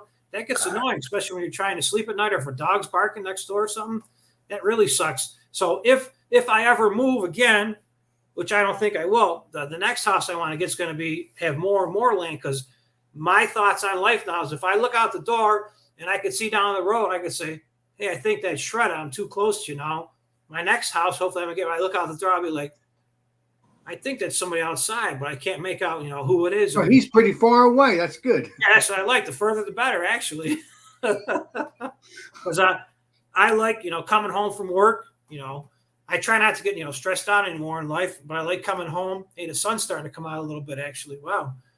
But I like coming home, and I don't like, I don't like to be bothered in regards to, I don't like taking phone calls from people. You know what I'm saying? If you got to talk to me while I'm there, or call me at a, decent hour, because I don't want to be bothered, in the evening. And, I don't want to, I just want to come home and just relax and, have a good time in regards to, not dealing with, neighbors. Because my last neighbor we had before where we're at now was nice people, but disrespectful in regards to, making noise at hours of the day and barking dogs. So, well, they were probably young people, because they were probably partying all the time, right? No, not necessarily. No. Just single family house. It's hard when you got a single parent to try to take control of teenagers too at the same time, and trying to work. So, there's with the cost of the homes these days, people live like so close to one another. I like kind of peace and quiet. Maybe my neighbor be like, a good distance, but it's a lot of land, and I don't know if I could be that remote, but yeah, I like peace, quiet. Well, at first it took me probably almost a year to really like being out here, but now that I'm out here, I wouldn't trade it for the world. You know what I'm saying? At first I was like, it's 20 to 25 minutes to get to big downtown Buffalo. Not that it's that big. And if I want to go to Walmart, it's a 15-minute drive. As before, I was 5 minutes away from everything back when I lived in my other house. But now that I'm out here, I love it. It's the best. It's nice and dark. Nobody bothers you. The only thing that stinks is shotgun season for hunting when that opens, because there's a lot of hunters in our area that hunt. So you'll be laying in bed Saturday, Sunday morning at crack of dawn. The sun will be coming out here. Bam! You're like, oh, time to get up. So basically, the hunters are your wake up call during the hunting seasons. Yeah, I'm up most of the time anyways, but like on the weekends, I'll get up at 5. I'll go feed the animals real quick and let the dog out, and I'll come back in and lay down for an hour or two and enjoy myself. But watch TV for a couple minutes, fall back asleep. But during my season, sometimes it gets noisy. Do you hunt yourself or no? Mm-mm. No. Don't got no time. Oh. And Hunting is controversial because some people are for it, some people are against it. Like Shredder said earlier, I don't got the heart to shoot these, shoot the animals. So there's no need to shoot them unless you really need to because Beast. you have to eat. Exactly. Yeah. So, but no, we get to a big argument if there's people listening on here in regards that are like hunting because the way I look at it, which just this my opinion, if you need meat or whatever, you just hop in your car and go to the grocery store and get it. But Well, I'm just saying if there was no grocery stores, you may not have no I could see that. Yeah, definitely. Then you got no choice. And then on the other hand, people say they do it because they like the sport of doing it. Right, it is a sport. And then also you get other people that they'll come back and argue with you that if we didn't control the deer population, you'd have all kinds of car accidents and even more. And so it's a non-winning battle. You know what I'm saying? It's like talking about the presidency. No matter what you say, you're never going to be right because somebody's always going to disapprove about something. I hate to tell you, even if you don't have deers, you're still going to have accidents because you got goofballs that don't know how to drive sometimes. Yeah, like Shredder driving in reverse all the time. Oh, my God.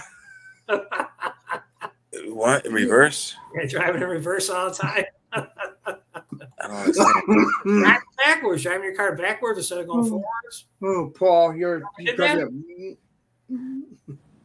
drove in reverse? It's real hard when you get going fast. You ever tried? No, man. Okay, well, no, I've never had to drive in reverse like regularly. If I want to adjust my rear drums, yes, I would go, 15 miles an hour and hit the brakes, and they would click, click, click. They would adjust. You're going to have to get out in the country and drive backwards a little bit. It's a lot of fun. And you get a little swirly when you start going too fast. The front end starts bopping around.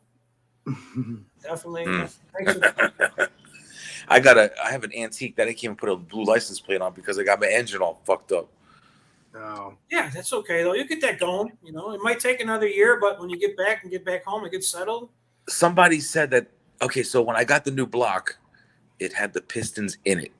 It was already there. I just had to build around it. Well, when I went to put it to the firewall for the torque converter, it wouldn't fit because it was a greased fitting that was small. Mine is open, bigger. And somebody said that I could actually take the rear main seal part, the complete part out. But I'm like, if that comes out, I'd have to take the pistons out. So I may have to rebuild it completely. And if I do that, we're talking sleeves and, honing and all that shit. So I think I'm just going to transfer everything back to my original engine and figure out how to weld a pin point to get those 4 broken bolts out and then seal it. Maybe use heater coil, something, so when the pressure builds up, the oil don't leak out from the pan. Okay, so from what I understand now, we're talking about Chevys, but we're still talking about engines. Mm-hmm. A main seal, like a rear main seal on a Chevy, is just nothing more than a gasket. So you could take it out, but I don't understand how you what you're saying. You'd have to talk about actually changing the crank then, because the crank is what the flywheel goes on to. Right. Those 6 bolts, my friend says, those 6 bolts, they'll still fit, but you can take basically the new block I got had the pistons running through it. I don't get. What do you mean by the pistons running through? You're talking about it's called a short block, right? Mm-hmm. A short block. When I got the new engine block, the pistons were in it already. Yeah, crazy. I just transferred everything over from one block to the next, but kept the pistons. I never heard it run. I don't know if it knocks, but I trusted it. It's fine. So when I went to mount it, it wouldn't attach because the back part was a greased fitting that was small. Yeah. Versus my original block, it's a bigger opening. Yeah, because that bigger opening is to take an automatic torque converter, and that little nub slides into it, so it's lined up then. And from a manual. Yeah. Yeah, it was 2 different. So basically, what I should have done was take that new block that I got that was completely perfect, strip the pistons out, and transfer everything in, starting from the beginning again, put the pistons back in from my block to this block completely. But I'm fucked, so that's going to take me another 3 to 6 months because I'm busy. But actually taking those pistons out in there, it's not hard at all. It's very, very easy job. Mm-hmm. As long as there's no mechanical issues such as a rod knock. But if the engine ran good before whoever gave it to you and said it ran good, it didn't have a rod knock, or it shouldn't have a rod knock at all then. But what I'm going to have to do is I'm going to have to take the engine back out. Mm-hmm. Well, it's propped in there good. It's still wrapped up so I could hook it up to a cherry picker and pull it out. It's not bolted down. It's on a piece of wood too. So I'll have to strip it down completely to where I see the lower half and with the pistons, and then strip that out and take my block that's sitting on the floor covered up and put those pistons in that back seal shaft part so that it'll mount to the torque converter. Yeah, to the flywheel. Yeah. Okay, so those 4 bolts that you got, those 4 bolts that are busted, they're actually on the crank itself, the back of the crank? No, they are on the outside rim of the oil pan. You're talking about the back of the engine, like it's called the bell housing. That's what you're talking about? No, the oil pan. You know how the oil pan mounts? Yeah. You got all those bolts that run around the oil pan. Probably, yeah. There's like, say, 12 on each side, 14 on each side. I know what you're talking about. 4 of them are broken off in the block. Okay. So you're gonna have to pull that motor back out to get those out, because it'll be such a pain in the ass doing it from underneath, actually. Well, the motor's out already. Mm-hmm. It's sitting on the floor on a tire wrapped up. Mm-hmm. I can try to get those bolts out now. You could do it, yeah. It won't be that hard. Just you're gonna have to get an engine stand, flip that motor upside down on the engine stand. You know what an engine stand is, right? Yeah. But this block is light enough where I can flip it over itself by itself. Okay. Yeah. Do you have a oxygen acetylene torch, a cutting torch? You got one of them?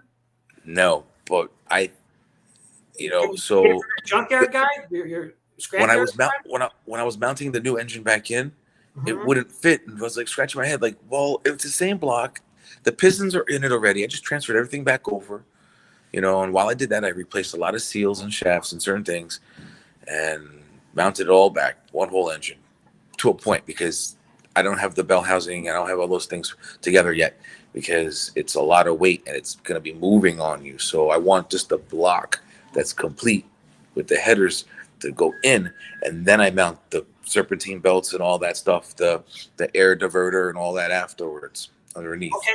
So with those 4 broken oil pan bolts that you got, did you break them yourself putting them in, or trying to take them out, or were they broken when you got it? My friend went ahead of me and he used the zip gun. Yeah, too much torque, so he snapped them in there. Fuck, man. But he forgot that there's that metal bracket that goes on the pan too.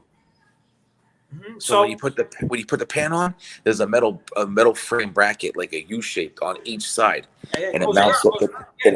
It mounts up like this. This side is a U, and this side's a U. It sits like this, and they touch. Mm-hmm. He forgot to put those on, and I'm like, so he went to take the bolts back out, and 4 of them snapped because he over torqued them. I'm like, I'm doing one thing, he's doing another. I was like, dude, we're working on this together, so take that when you get home, flip that motor over, take all those bolts off, and take the oil pan right off, and then get in there and get some engine cleaner or degreaser and get those 4 bolts that are broken, get them super, super, super, super clean. And if they're totally flush, you're going to have to get a little welder, okay? And then take a little bolt and weld that little bolt on there. It's probably going to take you 5 or 6 times to be able to unthread it out, right? But okay, well, this is my dilemma. You're going to need a torch, though. You're going to need that cutting torch, that oxygen acetylene torch, because you get that thing cherry red, that thing's going to back out like butter. If you don't get that bolt cherry red, it's going to fight you the whole way, because it might be cross-threaded in there. What I'm saying is, when he broke those 4 bolts to my original engine, I got another engine that I transferred everything over to. But when I went to mount it, it wouldn't fit against the flywheel, the torque converter. It wouldn't fit.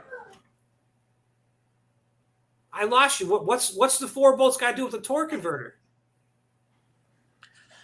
You're talking about the crankshaft won't fit. No. When he broke my original 4 bolts of the engine, I didn't think about that. I didn't know what to do. So we halted everything, and I went and got another engine from a guy. It took months, but I got one. I thought he can fix it, but he couldn't backcheck and make new holes. So he gave me another block with pistons in it. Yeah. He's like, just transfer everything over. I said, all right, I can do that. So I transferred everything over, and I went to mount it. It wouldn't fit. So now I have that block. I have to take everything back out, and put it back on my original engine, but I still got those 4 broken bolts on the block that's on the floor on the tire wrapped up. I could get those bolts out as best as I can. I drilled 2 of them were wobbled, like the whole I couldn't like drill out completely. One I got out, and like you reverse thread it in the bolt itself, and I put a helicoil in there. That's probably easier. Yep. Well, helicoil. Yep. Okay. The other 3, one it drilled through completely, but it's at the tip, at the top, the first bolt. And the other 2, one hole's a little wobbled, so that's not a big deal. And the third one I didn't even mess with. I was like, this is becoming a nightmare. Yeah, So in that situation, you better walk away from it for a day or 2 and just regroup and regather. Now what I could have done with this new block that's perfect was take the pistons out, take everything out, and completely transfer the pistons from my original engine to that, because I know my block and I know the mileage and everything. So, and then the back part would have been the proper hole width to slide in and fit against the torque converter. So I'm in a dilemma. So I'm just gonna if I'm gonna have to transfer everything back to my original block, I'm just gonna flip it back on its side and get those bolts out, and maybe put a bigger bolt in, and then seal the top off, because it did drill through. It's a little bit, but that oil pressure will be coming out. But yeah, it's just a little bit of a job I guess to do, and then I got all new gaskets. Like $100 worth of $200 worth of gaskets. I don't know. Do you know what a micrometer is? A micrometer? Yeah. Do you know what they are though? A micrometer. Yeah, it's digital. It opens and closes. You're gonna have to go to Harbor Freight if you're gonna switch the pistons, and just double check them and make sure they're the same size. Because maybe, I doubt it, but maybe somebody might have put different pistons in there. They might have overbored it, over drilled it and put the next size piston there. That's just one little headache you're gonna want to get, and you're gonna want. The weird thing I thought was my pistons, the tops of them have half of it's like this. Okay, half of it's like this, and the other half goes like this. Yeah, it's weird how it burns. But these pistons in this engine, there's 4 there's like 4 circles. Okay, weird, so you might have a dome piston in there, or those other pistons got like little reliefs in them so that the valve won't hit them when it comes up. A little bit of clearance. So right. So I feel confident with the block that I have now that's not damaged. I can just transfer everything. I start from the beginning. I will tear it all back down to the crankshaft, to the pistons, take the brackets that hold the pistons in, right? Keep it lined up and just put them in the new block. But I would have to make sure a machinist could maybe measure, because I can't do all that. You could measure if there's clearance. Simple. If you call me on the phone, and when you get home, and we'll go through it, and I'll walk you through it. It's super, super, super easy. Oh, I'll be home on the 26th, and I will literally FaceTime you, and I will show you my situation. I'll make sure. Hold on, October 26th. Don't answer the phone. Let me mark that down. Oh, you're a trip, brother. Yeah. The only thing. There's nothing I can do when I get there. I just let you know. Yeah, the only thing that'll be hard that you got to do on your end, it's just gonna be a little bit of finesse. You just got to make sure you get the bearings in the right way. Because if you get the bearings off just a little bit, it won't spin freely. And if you don't pay attention to it, when you do like a dry spin on it before you put everything back together, spinning the crank is just going to lead to premature breakdown of the bearing, and then you get a bearing failure, and then you get a rod knock or no oil pressure. Because your particular car, my sister had an 84 just like that. What was it, 84? Exact same thing. It was like a powder baby blue and had a nice darker blue vinyl top on it. But that car, it had no oil pressure in it at all. It had a 302 in it. So they said the bearings were bad, and they wanted to take the bearings out and do it. So my sister said, forget it. So she just sold it because, I was in the mechanics back then, but I really wasn't that good back then. And she didn't want to pay, it was cheap money back then to get stuff like that fixed, but she didn't want to take the chance because it was kind of like, it should work, but we don't know for sure it's going to work unless you do a whole new engine. So 2 more things. Okay.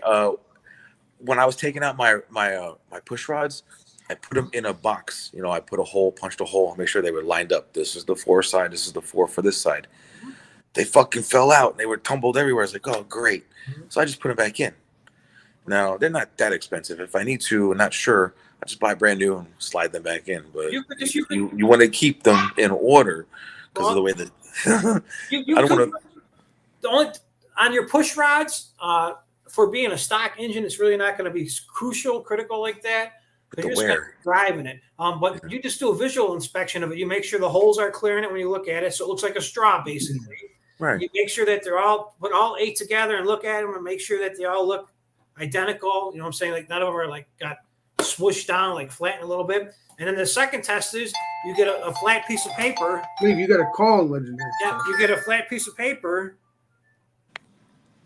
I should say a flat, you know, surface, and you roll them and make sure that's all you want to do is make sure that they roll smooth. Because if they like start a pool stick, right. So if a pool stick's wobbly when you roll, you don't want that. That's the time you replace them. But other than that, they should be fine until you drop them. As long as you didn't step on them, but they'll be good.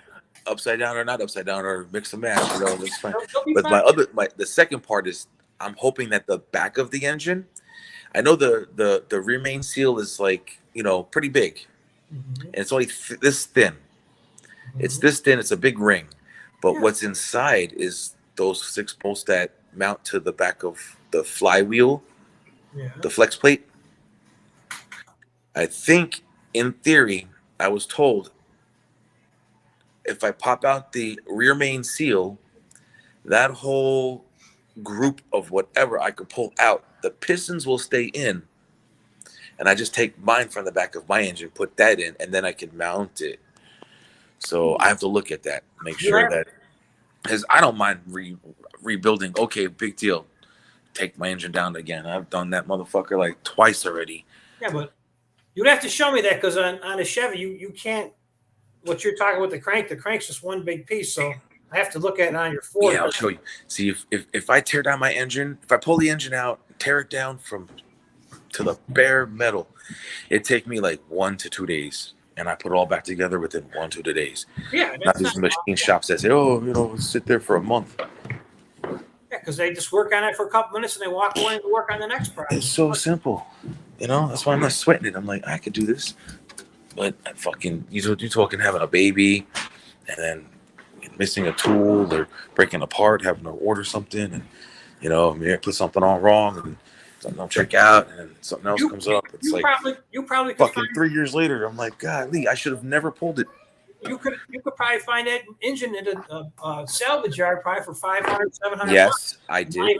That's my other option too. Yeah. They're like, they're like, it'll cost me $600, and there's like the $150 core charge, but then the delivery guy is like, they're gonna charge me to deliver it, and in order to give them the core charge, the engine has to be pulled out and ready for them to take back to the guy who gives me the new engine, and it's all this mess. I'm like, just cheaper, man. You're making it way too hard. They are. You're making it too hard. You just pay them that $150 core charge, and then when you get your motor out, which you already got one out, you just take it back there. You know what I'm saying? Even if you had to, if you don't want to put it in your vehicle, just go to U-Haul and rent a small little trailer for $20 for the day and take it there and get your money back if you had to. You know. But we're talking like maybe a couple 100 miles distance. Oh, a couple 100 miles? Yeah, from where I'm at, they're in like Clearwater, Florida. I'm in the middle of Florida. Something's going on. Yeah, crime doesn't pay. That's for sure. Nope. But no, that's my thought on that would be, you know, even if you looked on Facebook Marketplace, you might find some guys that got shit like that sitting around for sale by you local. I'm not saying in Wisconsin. I'm saying at home. Yeah. You can do that real quick and get that done. Regardless of I'll show you what I'm dealing with when I get in. Yeah. And I'm never getting rid of my car because I've had that car for probably 23 years. And after you change the motor to make a good demolition derby car, those are nice big cars.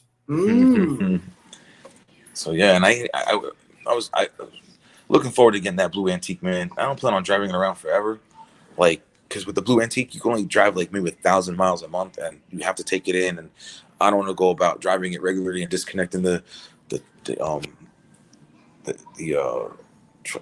counter, you know. That was the honor cable? Yeah. That's super easy on those cars. That's easy. But I'm saying I got classic car insurance for my old cars and that. And, yeah, they got the same thing. You're only supposed to drive to like car shows or special events. You have to take it in. You got to see it. They inspect it. No, they don't. they're not that critical. They're out of Pennsylvania. The people I use, they're called Haggerty for car insurance. I'm not sure about the plates you're talking about because I don't do historical plates, stuff like that. You can get them in New York, but they charge extra money for them, so I'm not going to put them on my cars because I'm not going to give no extra money to the state for it just because it says historical on it, you know. So See, I figured because if I get an antique plate for my car and I can do 1,000 miles a month tops that I'm allowed, my job is like 20 miles away and the insurance is like $50 a year. It's nothing. That's smart saving money. Here's what they're going to get you, though. So you're getting an accident. Let's just say you're getting an accident. Here's how they're going to get you. They're going to say, where the hell are you going at 6 o'clock in the morning? So hopefully there's a car show in that area at 6 o'clock in the morning coming up for that afternoon or something that you could possibly pull out of your ass. You know what I'm saying? You might say, oh, yeah, I'm going to Daytona Beach because the car show is tomorrow morning. You know what I'm saying? And that would make sense. But if they say at 6 o'clock in the morning, you ain't supposed to be driving the car unless you're going to, you know, like a car show or some kind of special event or something. That's the only way they're going to catch you. And then what happens is if you get caught, you know, they'll pay the other part of the claim, whoever you hit, but they might not give you the money that you want for your car. Like say you say your car is worth $7,000, you could tell them, because I could tell them the value of my cars that I got. You know what I'm saying? I told them my Chevelle, I want $20,000 worth of coverage on it. And then my 79 Malibu, I want $10,000 of coverage on it. And you just pay extra for them premiums. You know what I'm saying? Mm-hmm. Yes. If you want too much of a coverage, like say my Chevelle, 15 to 20,000 is about average what it's worth. But if I wanted $50,000 of coverage on it, they would say, okay, but they might throw up a flag and say, well, you need to get that car actually appraised by somebody who's professional to tell us that car really is worth $50,000. You know what I'm saying? And then I'd have to pay an appraiser to go up to them, and he'd probably charge like $200, and he'd just walk through your car and say, yeah, it's worth $34,000. You know what I'm saying? Just out of the blue. Mm-hmm. So you're driving with that classic car insurance. You know, you weren't supposed to be driving. You get in an accident. They're going to pay whoever you hit. They'll pay them out, but they might not give you the money for your car because you weren't supposed to be driving it.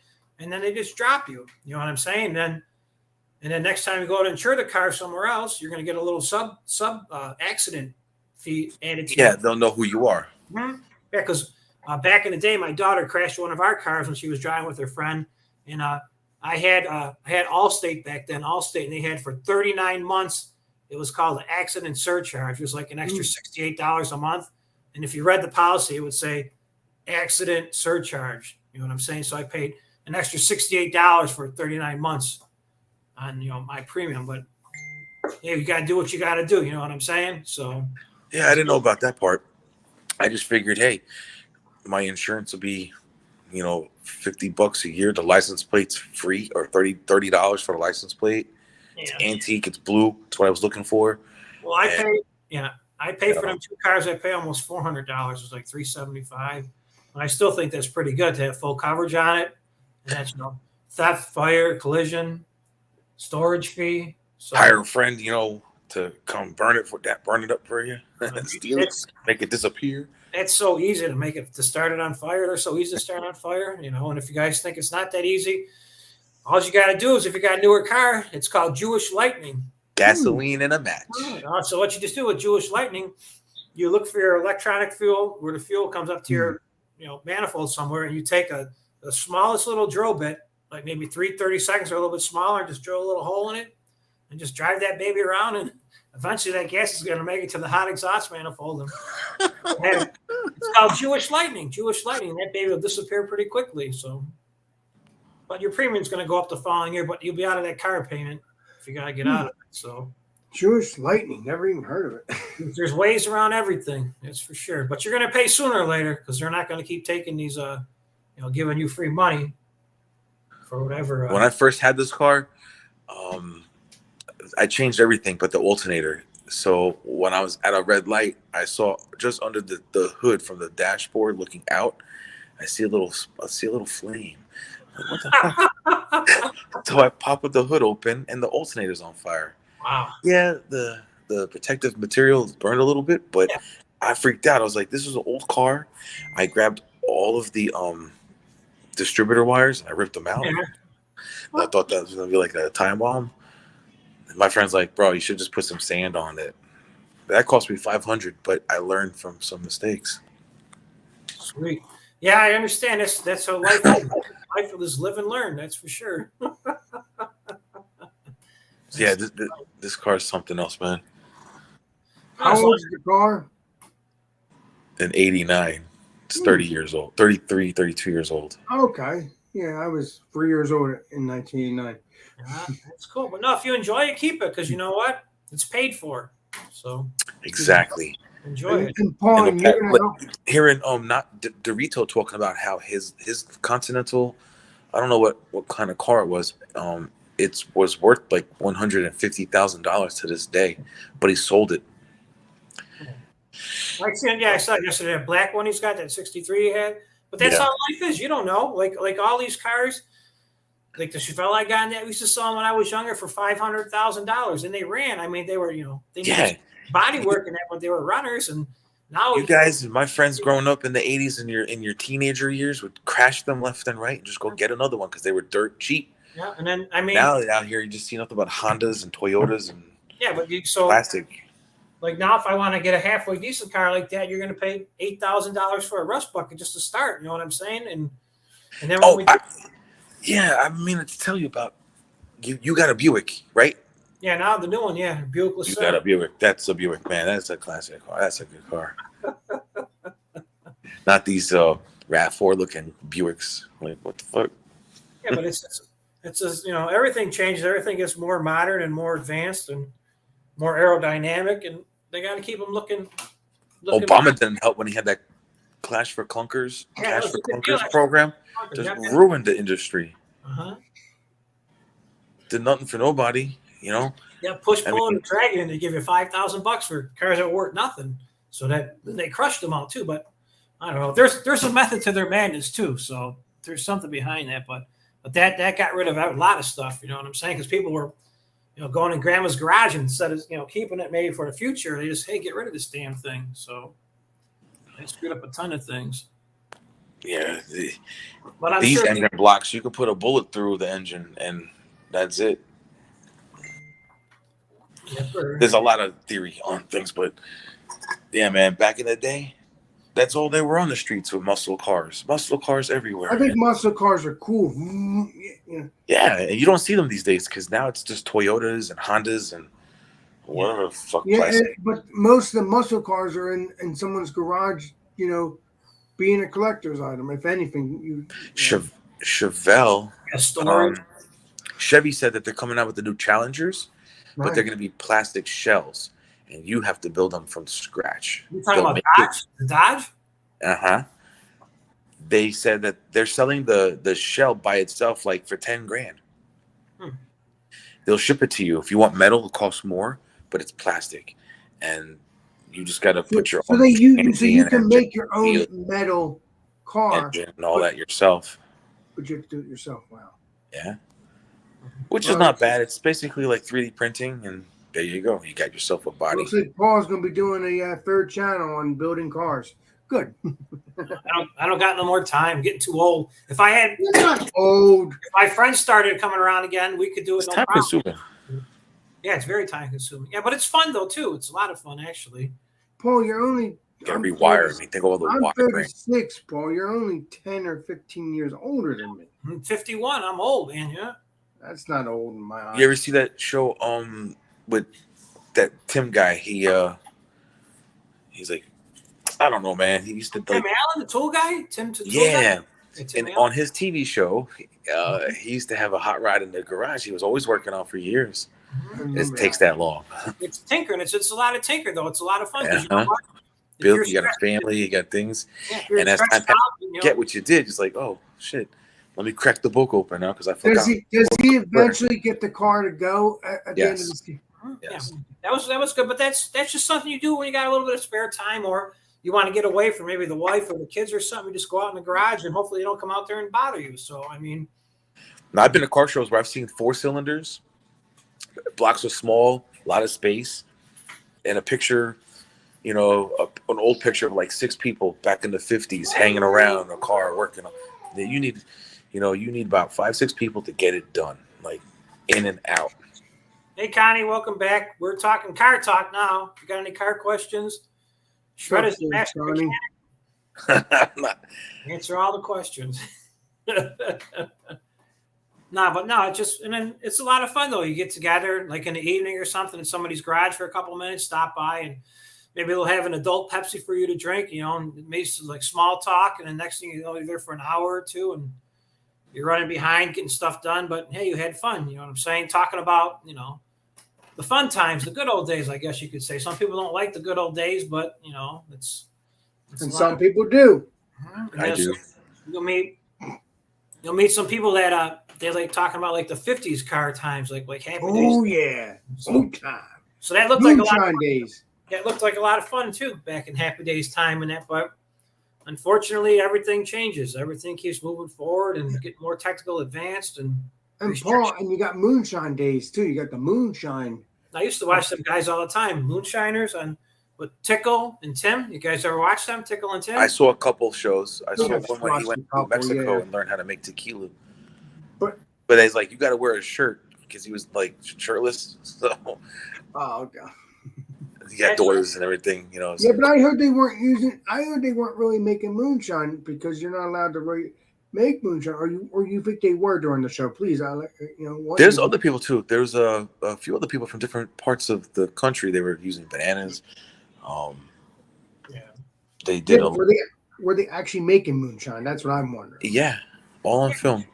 You could do whatever you want as long as you don't get caught. So no, but they're making on TV. Yeah, it does. That's what sells. You know what I'm saying? It's something that's interesting. So you ever see Drug Incorporated? How these drug dealers are going to be being filmed selling drugs and holding guns on. Yeah, I watch it all the time. Yeah. People shooting up and people with guns. Like the camera crew, you don't think the cops don't even watch the show themselves? That's what I'm saying. The cops probably do watch the moonshiners. Yeah, but no, I mean it's just there's a lot of land, a lot of real estate. They're covered under trees. Yeah, but also there comes a point also that like with law enforcement and that, I mean, unless you want to be the next superhero cop, there's a lot of those guys that they want to go home, so they're not really gonna. I mean, they'll enforce the laws and that they'll try to stop stuff, but I don't want to say they're not going to go out of their way, but they don't want to get shot in a gunfight or something. So gotta kind of pick and choose who you're messing with because Yeah, but if you're on TV, they're not. The moonshiners ain't going to shoot you because you're on TV. If you went there and arrest those moonshiners, unless they have a contract, they're not going to start shooting the cops because they're on TV. The show's called Moonshine. There's also there's more to it. There's like you're allowed to make moonshine. You can't have more than like 100 gallons, I think, a year or produced something like that. You're allowed to make moonshine. It's illegal. But for that Drug Incorporated, that's something else. Yeah, but a lot of that stuff is made for TV, and also there's they got contracts, right? Contracts. I'm saying if they're doing it illegally, there's a lot of booby traps or stuff out there too. So if you're looking for stuff, I'm saying if you're a small operation, chances are you're going to get away with it. You know what I'm saying? It's when you get, just like anything else in life, when you get too greedy, then you get caught. You know what I'm saying? When you think you're not going to get caught. Don't you get caught by putting it on TV? No. It says why in my area is gas 40% more, block away 40% less. Yep, Connie, it's everywhere because they're not changing the price of the gas during the day. Maybe I don't believe in that summer and winter blend bullshit. Yeah, fuel is fuel. Yeah, I spend a lot of money at the gas station too every day. People put moonshine in the car. Well, they did back in the day, I guess. I don't know.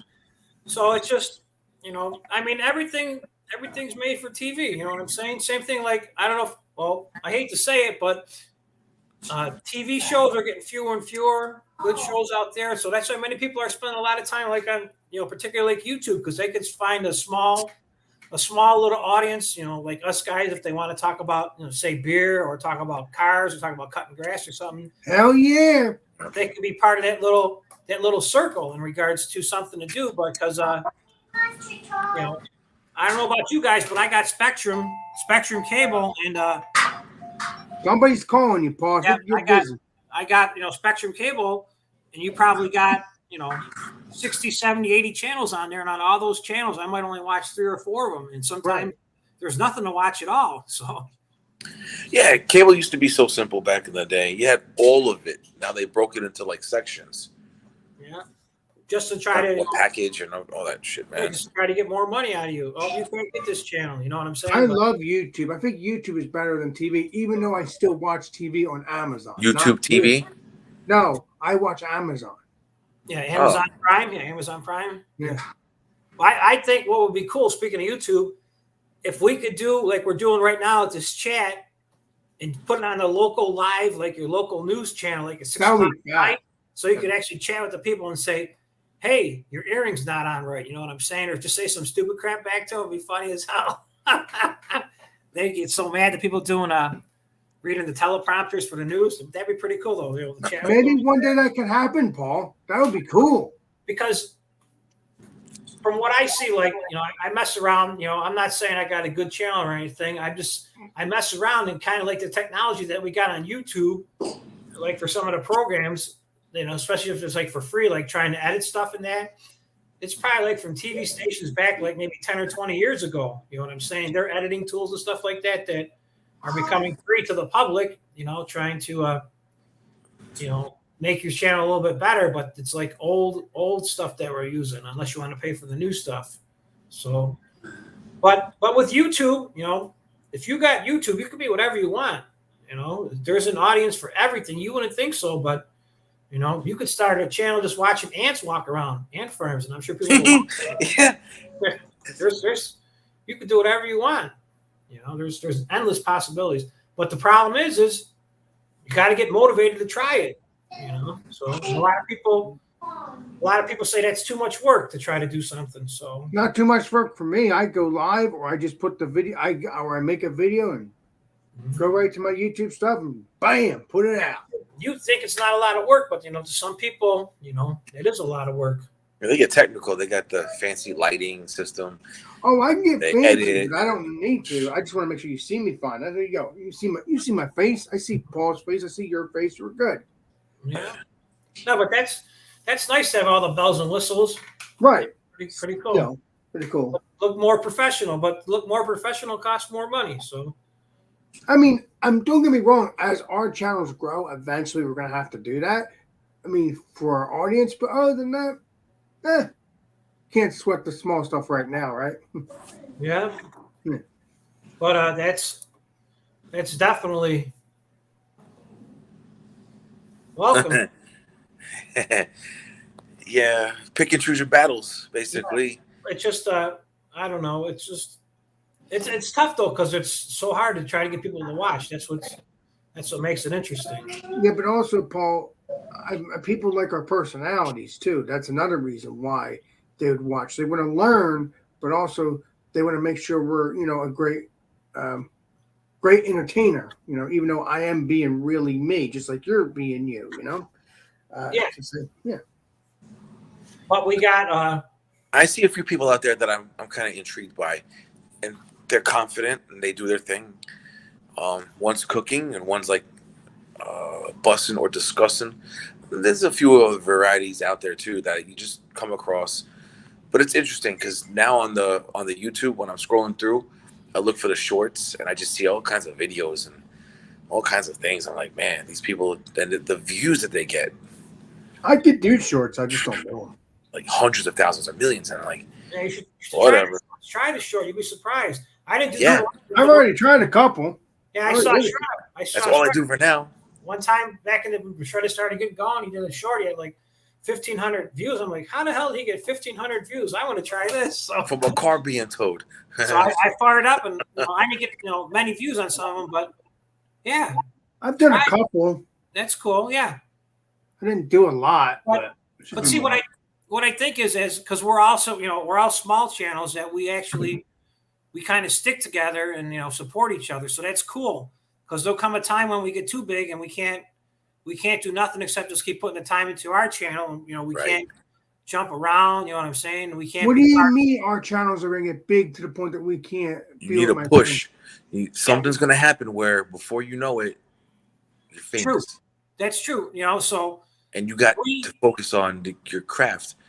And But I still want to hang out with my people, though. I don't want to. Yeah, but there's going to come a time when you maybe on a Sunday, day of rest.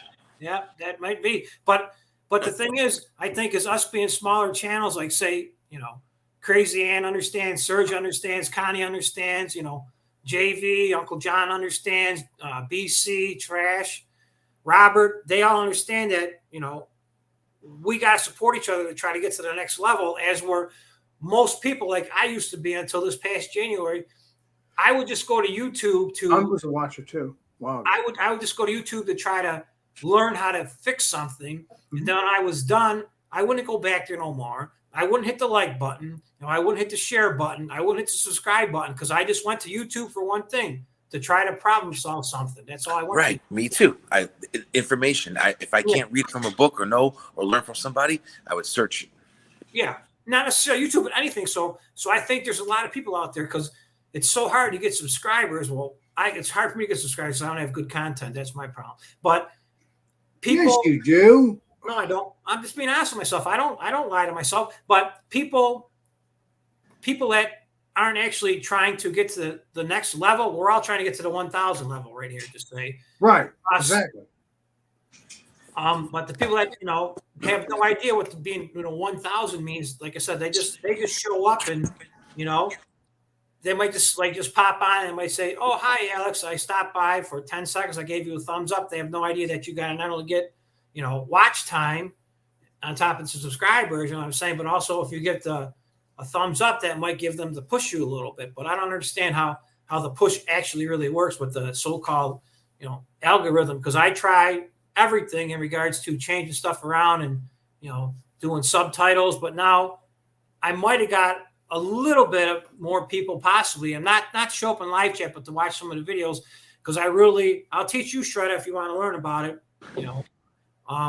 getting into actually putting tags on there and putting subtitles on there and putting end streams on it, because that kind of helps you, get more people. Because like say, for instance, for so many times I put over this past summer that I'd learned about it.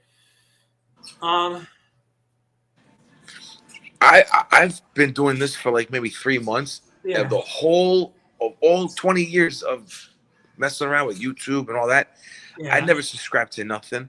I didn't know you could put videos out there, and you can invest in it, anything. So, but like, fuck, man. So wait a minute, when did you come a YouTuber, Schroeder? You didn't come a YouTuber until a couple months ago? That's right. You're a YouTube watcher for years. Paul got me on. Paul introduced me to all of you people. Oh, Paul here, legendary Paul. Okay. Everybody. Legendary JV's legendary. Oh, yeah. Everybody. So yeah. Our son's amazing. So my wife, she's into TikTok and all these things. I bust her balls. I'm like, oh, we TikTok and just carrying on. But we're thinking, that Ryan dildo who opens up toys, for the kids. I'm like, we can put him on blast and be like, yo, let's eat some food, stuff like that. I mean, it's that simple, but with the tags and all that stuff, it's very technical. So wait a minute, your son is a YouTuber as well now? No, at least not yet. He will be shortly, in about 2 years. Probably.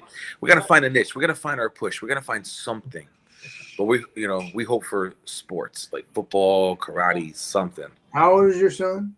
He'll be 3 on Veterans Day. Okay, so eventually he'll be able to do that. Okay. Believe me, there's a lot of things that go into it. But yes, I'm new to the community of YouTube.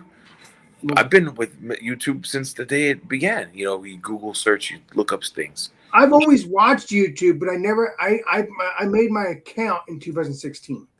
Well, the thing is, you probably, well, yeah, I guess. I don't know. I don't know what I'm saying. No, go ahead. I'm listening. I still want to. No, I don't know what I'm saying. Is like, I think I had an account because like when you sign up, like at Facebook, you sign up, right? Yeah. Your account's there, whether you go live or not, or know about subscribing, you have an account. So what blew my mind is that like, while we were all chatting one night on a platform for stocks, that couple people had showed me my account. I'm like, what? They were able to see my whole stuff. I was like, no way. So. Hold on. What do you got there, buddy? It says I joined YouTube on February 2nd of 2015. So you joined a year before me then? No. 2015, but I didn't do nothing at all though until probably 2 years ago. Exactly. No, oh yeah, you were also searching YouTube. You were also searching on the YouTube before that. Yeah.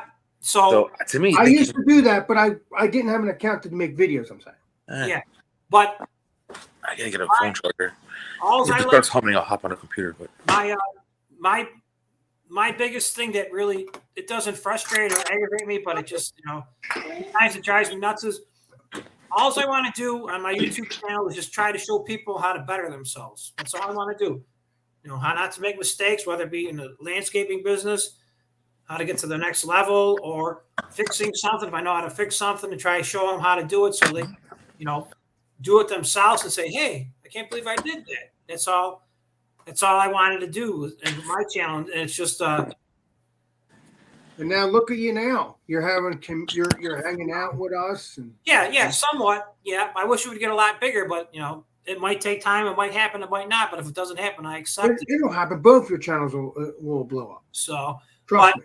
I didn't put no effort into my other channel as of lately. I haven't done nothing there. So it's you're not going to get no views. If you don't put stuff out, you're going to get no views. You have other video. You just put another video a while ago, but you just put another video on the channel a couple days our friend Chatio, his thing lately is sniffing stuff, and I think that's amazing. You just go out there on the limb, you do different things. So are you talking? Okay, JV, are you talking about me or are you talking about yourself? This conversation always revolves back to around about how we gonna get ourselves pushed up. So, and this is great. I'm new. I'm addicted. I don't have no bearing on what my thing is. It's just the day from day to day or whatever. I mean, like today, I just put a flag blowing in the wind. That's all. That's all. I missed the beer bottle. Okay. So, but we're thinking. I cook, but do I have the time to pause and play and go through all that shit? I don't think so. Well, just go live and just go live on your channel and just do the cooking show, whatever you want to do. Crime don't pay. I like when the boys out there help people. Hey, Connie, speaking of that gambling, I was checking out your channel, stalking you, and all those people that you watch, like gambling, like the SD guy, or my wife watches that, or Brian Christopher, or Vegas Lowrider. You guys are on the same channel all the time for people that you got on your account. It's pretty funny. That's awesome. But yeah, so it's definitely tough. You know what I'm saying? So it's so hard to get new content. Theme, a topic, and stick with it. Well, I truly believe that Paul here, both of his channels will eventually get monetized. No, I have faith. He's just, you never know. It's the day in the life of Paul. Yeah, I have faith, Paul. I'm glad. You just keep putting these videos out, and you'll be fine. Yeah, guitar lessons would be cool because, especially if you could teach tab, because I'm not good at reading music. I could read drum music, but I'm not good at reading, FACE, FACE, and that on the music notes. So if you teach tab on the guitar, especially like some basic beginner riffs and all that, your channel will probably explode because I do check them out a little bit here and there watching that tab because I took guitar lessons back when I was younger, like 14 or 15 for a couple of years. And if the guy learned me on tab, I would learn a lot quicker than trying to say, well, that's an E, that's an A, that's a C. It would take longer. So if I had to read music, I'd have to play it 1,000 times. So I would try to, not that I could play it good, but I would know what's going on instead of reading music. Because if I read the music, I would kind of fall behind on the beat instead of, being a drummer, you want to push the beat forward. Mm-hmm. I don't watch them as much as I used to. Hey, Jeremy, do me a favor. Make sure Paul's channels, both of them, get bigger and bigger. Just do me that favor. You will. Please. Thank you. I appreciate it, Jeremy, because you're a hero and keep up the good work. 330. But yeah, Jeremy, your other channel's got like 400 on it.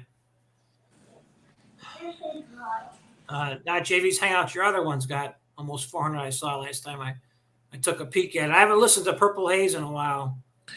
We had ourselves 2 years ago. Wow. That's cool. But yeah, so it's just so hard trying to get new content. So But also, Paul, You got to pump it a lot out though too. yeah. Paul, I like the subscribers because then I can build new friends too. Yeah. So it's all about growing the channel, but it's also about building new friends. That's what I'm also about too. See, because okay, so what like my landscaping channel, it's so tough because I see there's other guys out there that are crushing it. They got huge channels, but there's only so many ways you could cut a grass. The grass gets cut, or there's only so many ways you could trim a ditch with high weeds in it. Because eventually, at the end, the weeds get trimmed. There's no secrets to it. Or stripe a lawn, big deal. You know what I'm saying? If you want to live like the Joneses and stripe lawns, God bless you. It's really not a necessity in my area for what I do. Unless you go to a real super rich subdivision and you want to be the nicest lawn on the street. And also, same thing with snow plowing. The end result is get the snow out of the way so people can commute around. So true that. And these people I watch, they got real big channels and they keep showing the same stuff over and over. And people watch it, which is the crazy thing because don't get me wrong, before I started trying to get going with my lawn care channel, I watched them every day and I would lay in bed with the air conditioner on the evening and I go, they just keep showing the same crap over and over and over, and people will watch. So that's amazing on that. But not only, I think they watch because they feel, hey, I think this person's cool. This person's personality is awesome. Yeah, that could be, and eventually you run out of material. So even these bigger channels that I watch, they kind of take you in a different direction, kind of like the direction that I'm going in the wrong way, where they might take you to something they do in their personal life, or they might show you some kind of a different business. You've done that too, Paul. Yeah, these big channels do it too, because you can only do so many things. You know what I'm saying? Right. And you play, it's like our friend plays a stock market game. You know what? AMC's dead. It jumps on the next thing. That next thing's going to die.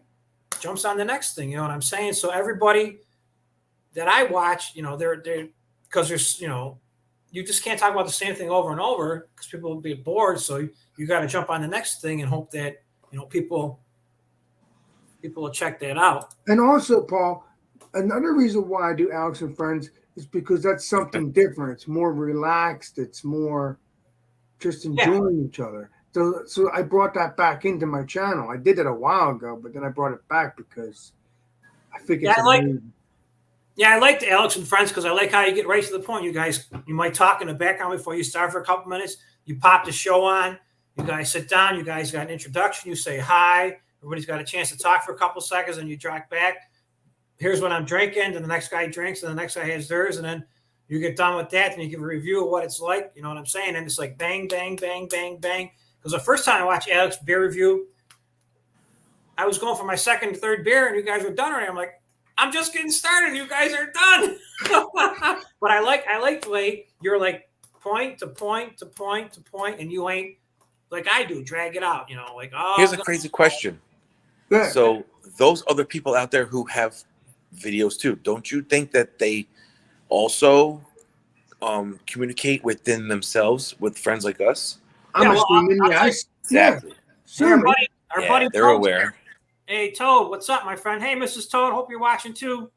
Thanks for stopping by. But I'll tell you what, which is super cool. I never did it before on my lives because nobody popped up, but I was on Thrashes a couple times on a couple Sundays. Toad, nice to see you, my friend. We're just BSing now. Hey, Toad. And I went to I was backstage before we went live with Thrash, and we were talking for like 10 minutes, and it was the coolest thing ever. It was just like me and him were at the bar hanging out.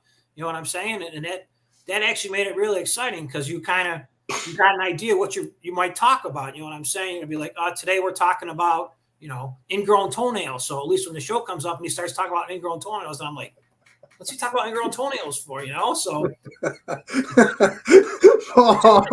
so much easier. No, I'm not saying we talked about it, but I'm saying, it's awesome. kind of it's like an icebreaker, It was like you and Blake, 3 or 4 people watching. Hey, Anthony said, hope you are well. Yeah, same here. That's cool, Toad. Nice to see you, man. Nice to see you stopping by. But Paul, that's the reason why I do Alex Friends, so you guys can just relax and not worry about reviewing beer and just drink it. Yeah, that's awesome. Yeah. I'm comfortable watching certain things too, Cool. Yeah, that's awesome. But no, it's a lot of fun, and I like the friends we made, especially like Toe. We ain't seen Toe in a while. Glad to see you stop by because I consider all you guys that I talk to and try to keep track of and support friends. You know what I'm saying? So that's what I like. I like it. I like all the people that we met through JV. That I met through JV, and then introducing this couple cool people off of my channel too. And we got a good little group of people here. But we need to get to the next level too. So we got to get on Angie's channel and all Angie's friends and get them guys to sub too, so we get more. I like Angie's stuff too. She's an outgoing individual as well. Awesome person. But that's totally cool. But like I said, all the people on her channels too, most of them I would think they're trying to get to the next level too, so they know how to support you as well. They're like an educated customer. You know what I'm saying? Educated customer is your best customer. And that's true. And same thing with my, educated YouTuber is going to help you get to the next level as long as he finds what you're doing is interesting. You know what I'm saying? If he's about baking pies at home, well, he's not going to watch me because I don't bake pies at home. Just the same thing, like right. I never thought about subscribing to anything, but now all on my mind is you have to have subscribers and you have to meet the requirements. And I never excel from there. Yeah, that's on another note, Paul and Schroeder, I've never said, "Hey, subscribe to my channel." I let them subscribe on their own. I don't mind asking for help. I mean, no, I don't ask. I mean, I can say that. Do it, man. No, I understand. I did that too, and I made a lot of mistakes. Like with my grass cutting videos, I did none of the background stuff like tagging stuff or giving a description. I just would put up there every day live lawn crypto chat. Nobody's going to actually search for lawn crypto chat. You know what I'm saying? In the subject bar to find me. So anybody to find me that I didn't make friends through, somehow we met JV, found come on my channel, which is amazing because he took me to the next level to get more subs. It just I was just doing everything wrong, with tagging everything and putting the wrong keywords. I don't even tag, Paul. I just make my videos. I should. Yeah. I think it would help out if you did. I didn't believe in it, but I do watch. I want to say his name is vidIQ or something like that. He got a lot of. Oh yeah, I have his channel. I watch his channel sometimes. He's got a lot of little secrets that I don't want to say they're secrets that he's giving out, but they're maybe help you get to the next level. But it's hard because everything in life. You got to get a push yet. And once you get a push from somebody, you either take that push, you take that football and run with it as fast as you can, or you just stand there and drop it. If you stand there and drop it, well, you missed your push. Yes. I'd rather keep running and hit the finish line. Yep. That's true. No, JV, thank you. Thank you. Hey, Jeremy, I appreciate you introducing me to this legendary Paul. I'll tell you, he's a unique individual. Not me. Hey, man, I'm just telling you my life story. If you guys want to listen, I'll tell you everything you want to hear in regards to, and I'm not going to BS you. You know what I'm saying? If I don't know the answer. That's why I like you, Paul, because you tell the truth. You tell it how it is. Yeah, well, I don't tell it how it is. A lot of people get offended by me telling like it is because I shoot from my hip, and it's like a lot of times, I tell you about my friends living in their basement, and I see a lot of people. Shredder's going to be mad at me saying this. This has nothing to do with you, Shredder.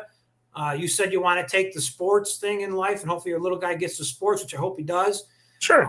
I tried it with my kids too. I tried the sports thing, but I tell people, which is no way is a downer, but if anybody in your family was a professional sport athlete, whether it be a skier, an ice skater, a football player, a basketball player, a baseball player, there's a good chance that you could make it, that you could become a professional. Nepotism and moonlighting, right? But if there's no professional athletes in your field, I mean, if you put 1,000% into it, you probably can get there. But chances are, you're not gonna be a professional athlete. Because one of my friend's daughters was a professional travel best of the best, and I said that to him. Put them down. They got really offended by it because I don't take that. I'm not offended at all. So I expect him to be happy, and whatever he wants to do, we'll support him. Yeah. And it's funny to see a little toddler running around with, with football pads and shit. Yeah. But do you think your or son karate or baseball, anything? Do you think your son would like to be a YouTuber? Just curious on your. I'd rather him be a Marine. Well, he could be a Marine, but I'm saying, do you think he'll want to be a YouTuber up until that point and then be a Marine? He won't even know. He don't even know his name yet. Like, Yeah.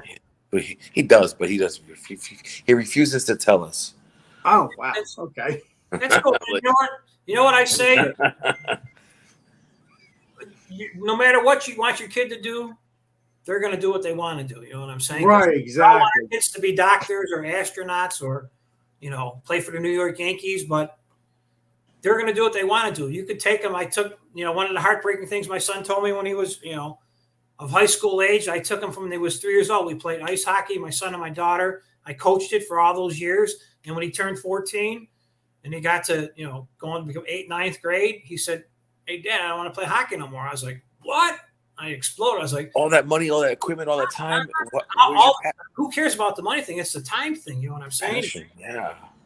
It was like a heartbreaker, but you know what? Just like I told you guys, that your kids ain't going to want what we want to give them. It's just part of life. They're going to decide that, hey, this is what I want to do. So all I could say, you know what, son? To myself, I said it broke my heart that you don't want to do it no more. But all I could say is, God bless you and wish you the best and do what you want to do. You know what I'm saying? And you're still going to support them. So yeah, you got your own mind, your own brain in that. So that's definitely. For the first time, I was feeding him yesterday with the fork. I was like, "Here comes the airplane," and he ate it. But the second time he wanted the fork, he wanted to do the airplane himself. So if we tell him, "Oh, go get this, go get that," and he doesn't get it, go get it. Yeah, we have to go get it. He loses his shit because he is so determined to do it. That's awesome. Yep. Yeah, he's not he's a leader, not a follower. Yeah, that's true. Hopefully someday he'll walk over to it and he'll want to play. Because if you tell him, "Hey, you're going to go in your bedroom every day and play the guitar for 45 minutes," he's going to hate the guitar. So yeah, there's something you got to want to do in life. Man, if I tell him to do this or to do that, and it takes him a little longer, and he's not really doing it or even inkling about to do it, and I just do it for him, he loses his mind. He's like, "I was going to do that." So I say, "Okay, back off." I say, "Okay, go ahead, do it." And he does it, and he feels happier about it. Like, he listens. Hey, that's he remembers. He remembers. Awesome. Hey guys, well, thanks for stopping. I gotta get going. I got some stuff to do. I gotta get the wife and that for today. Go shopping. Alex, thank you so much, and Shredder also. Anytime. You guys in the chat, also JV, crazy. Yeah, brother, man. Toad, if you're still listening, Pika, JV. We had a lot of people. Connie, thank you, Connie, if you're still there. And I even heard that even Chadio said he listens sometimes in the background. So, hey, Paul, thanks for letting me join, my friend. I'll see you soon, my brother. And Shred. I will see everybody soon. Yeah. Serge, thank you, Serge. Also, Serge is here. Pika Power Trapper. We haven't seen Trapper in ages either. That's awesome. Shred, I'm going to call you in a couple minutes. Okay. I'll talk to you guys later. Cheers. Thank you. You guys have a great day. I'll see everybody soon. Thank you for stopping by. Cheers. I'll see everybody soon. Thank you. Bye-bye.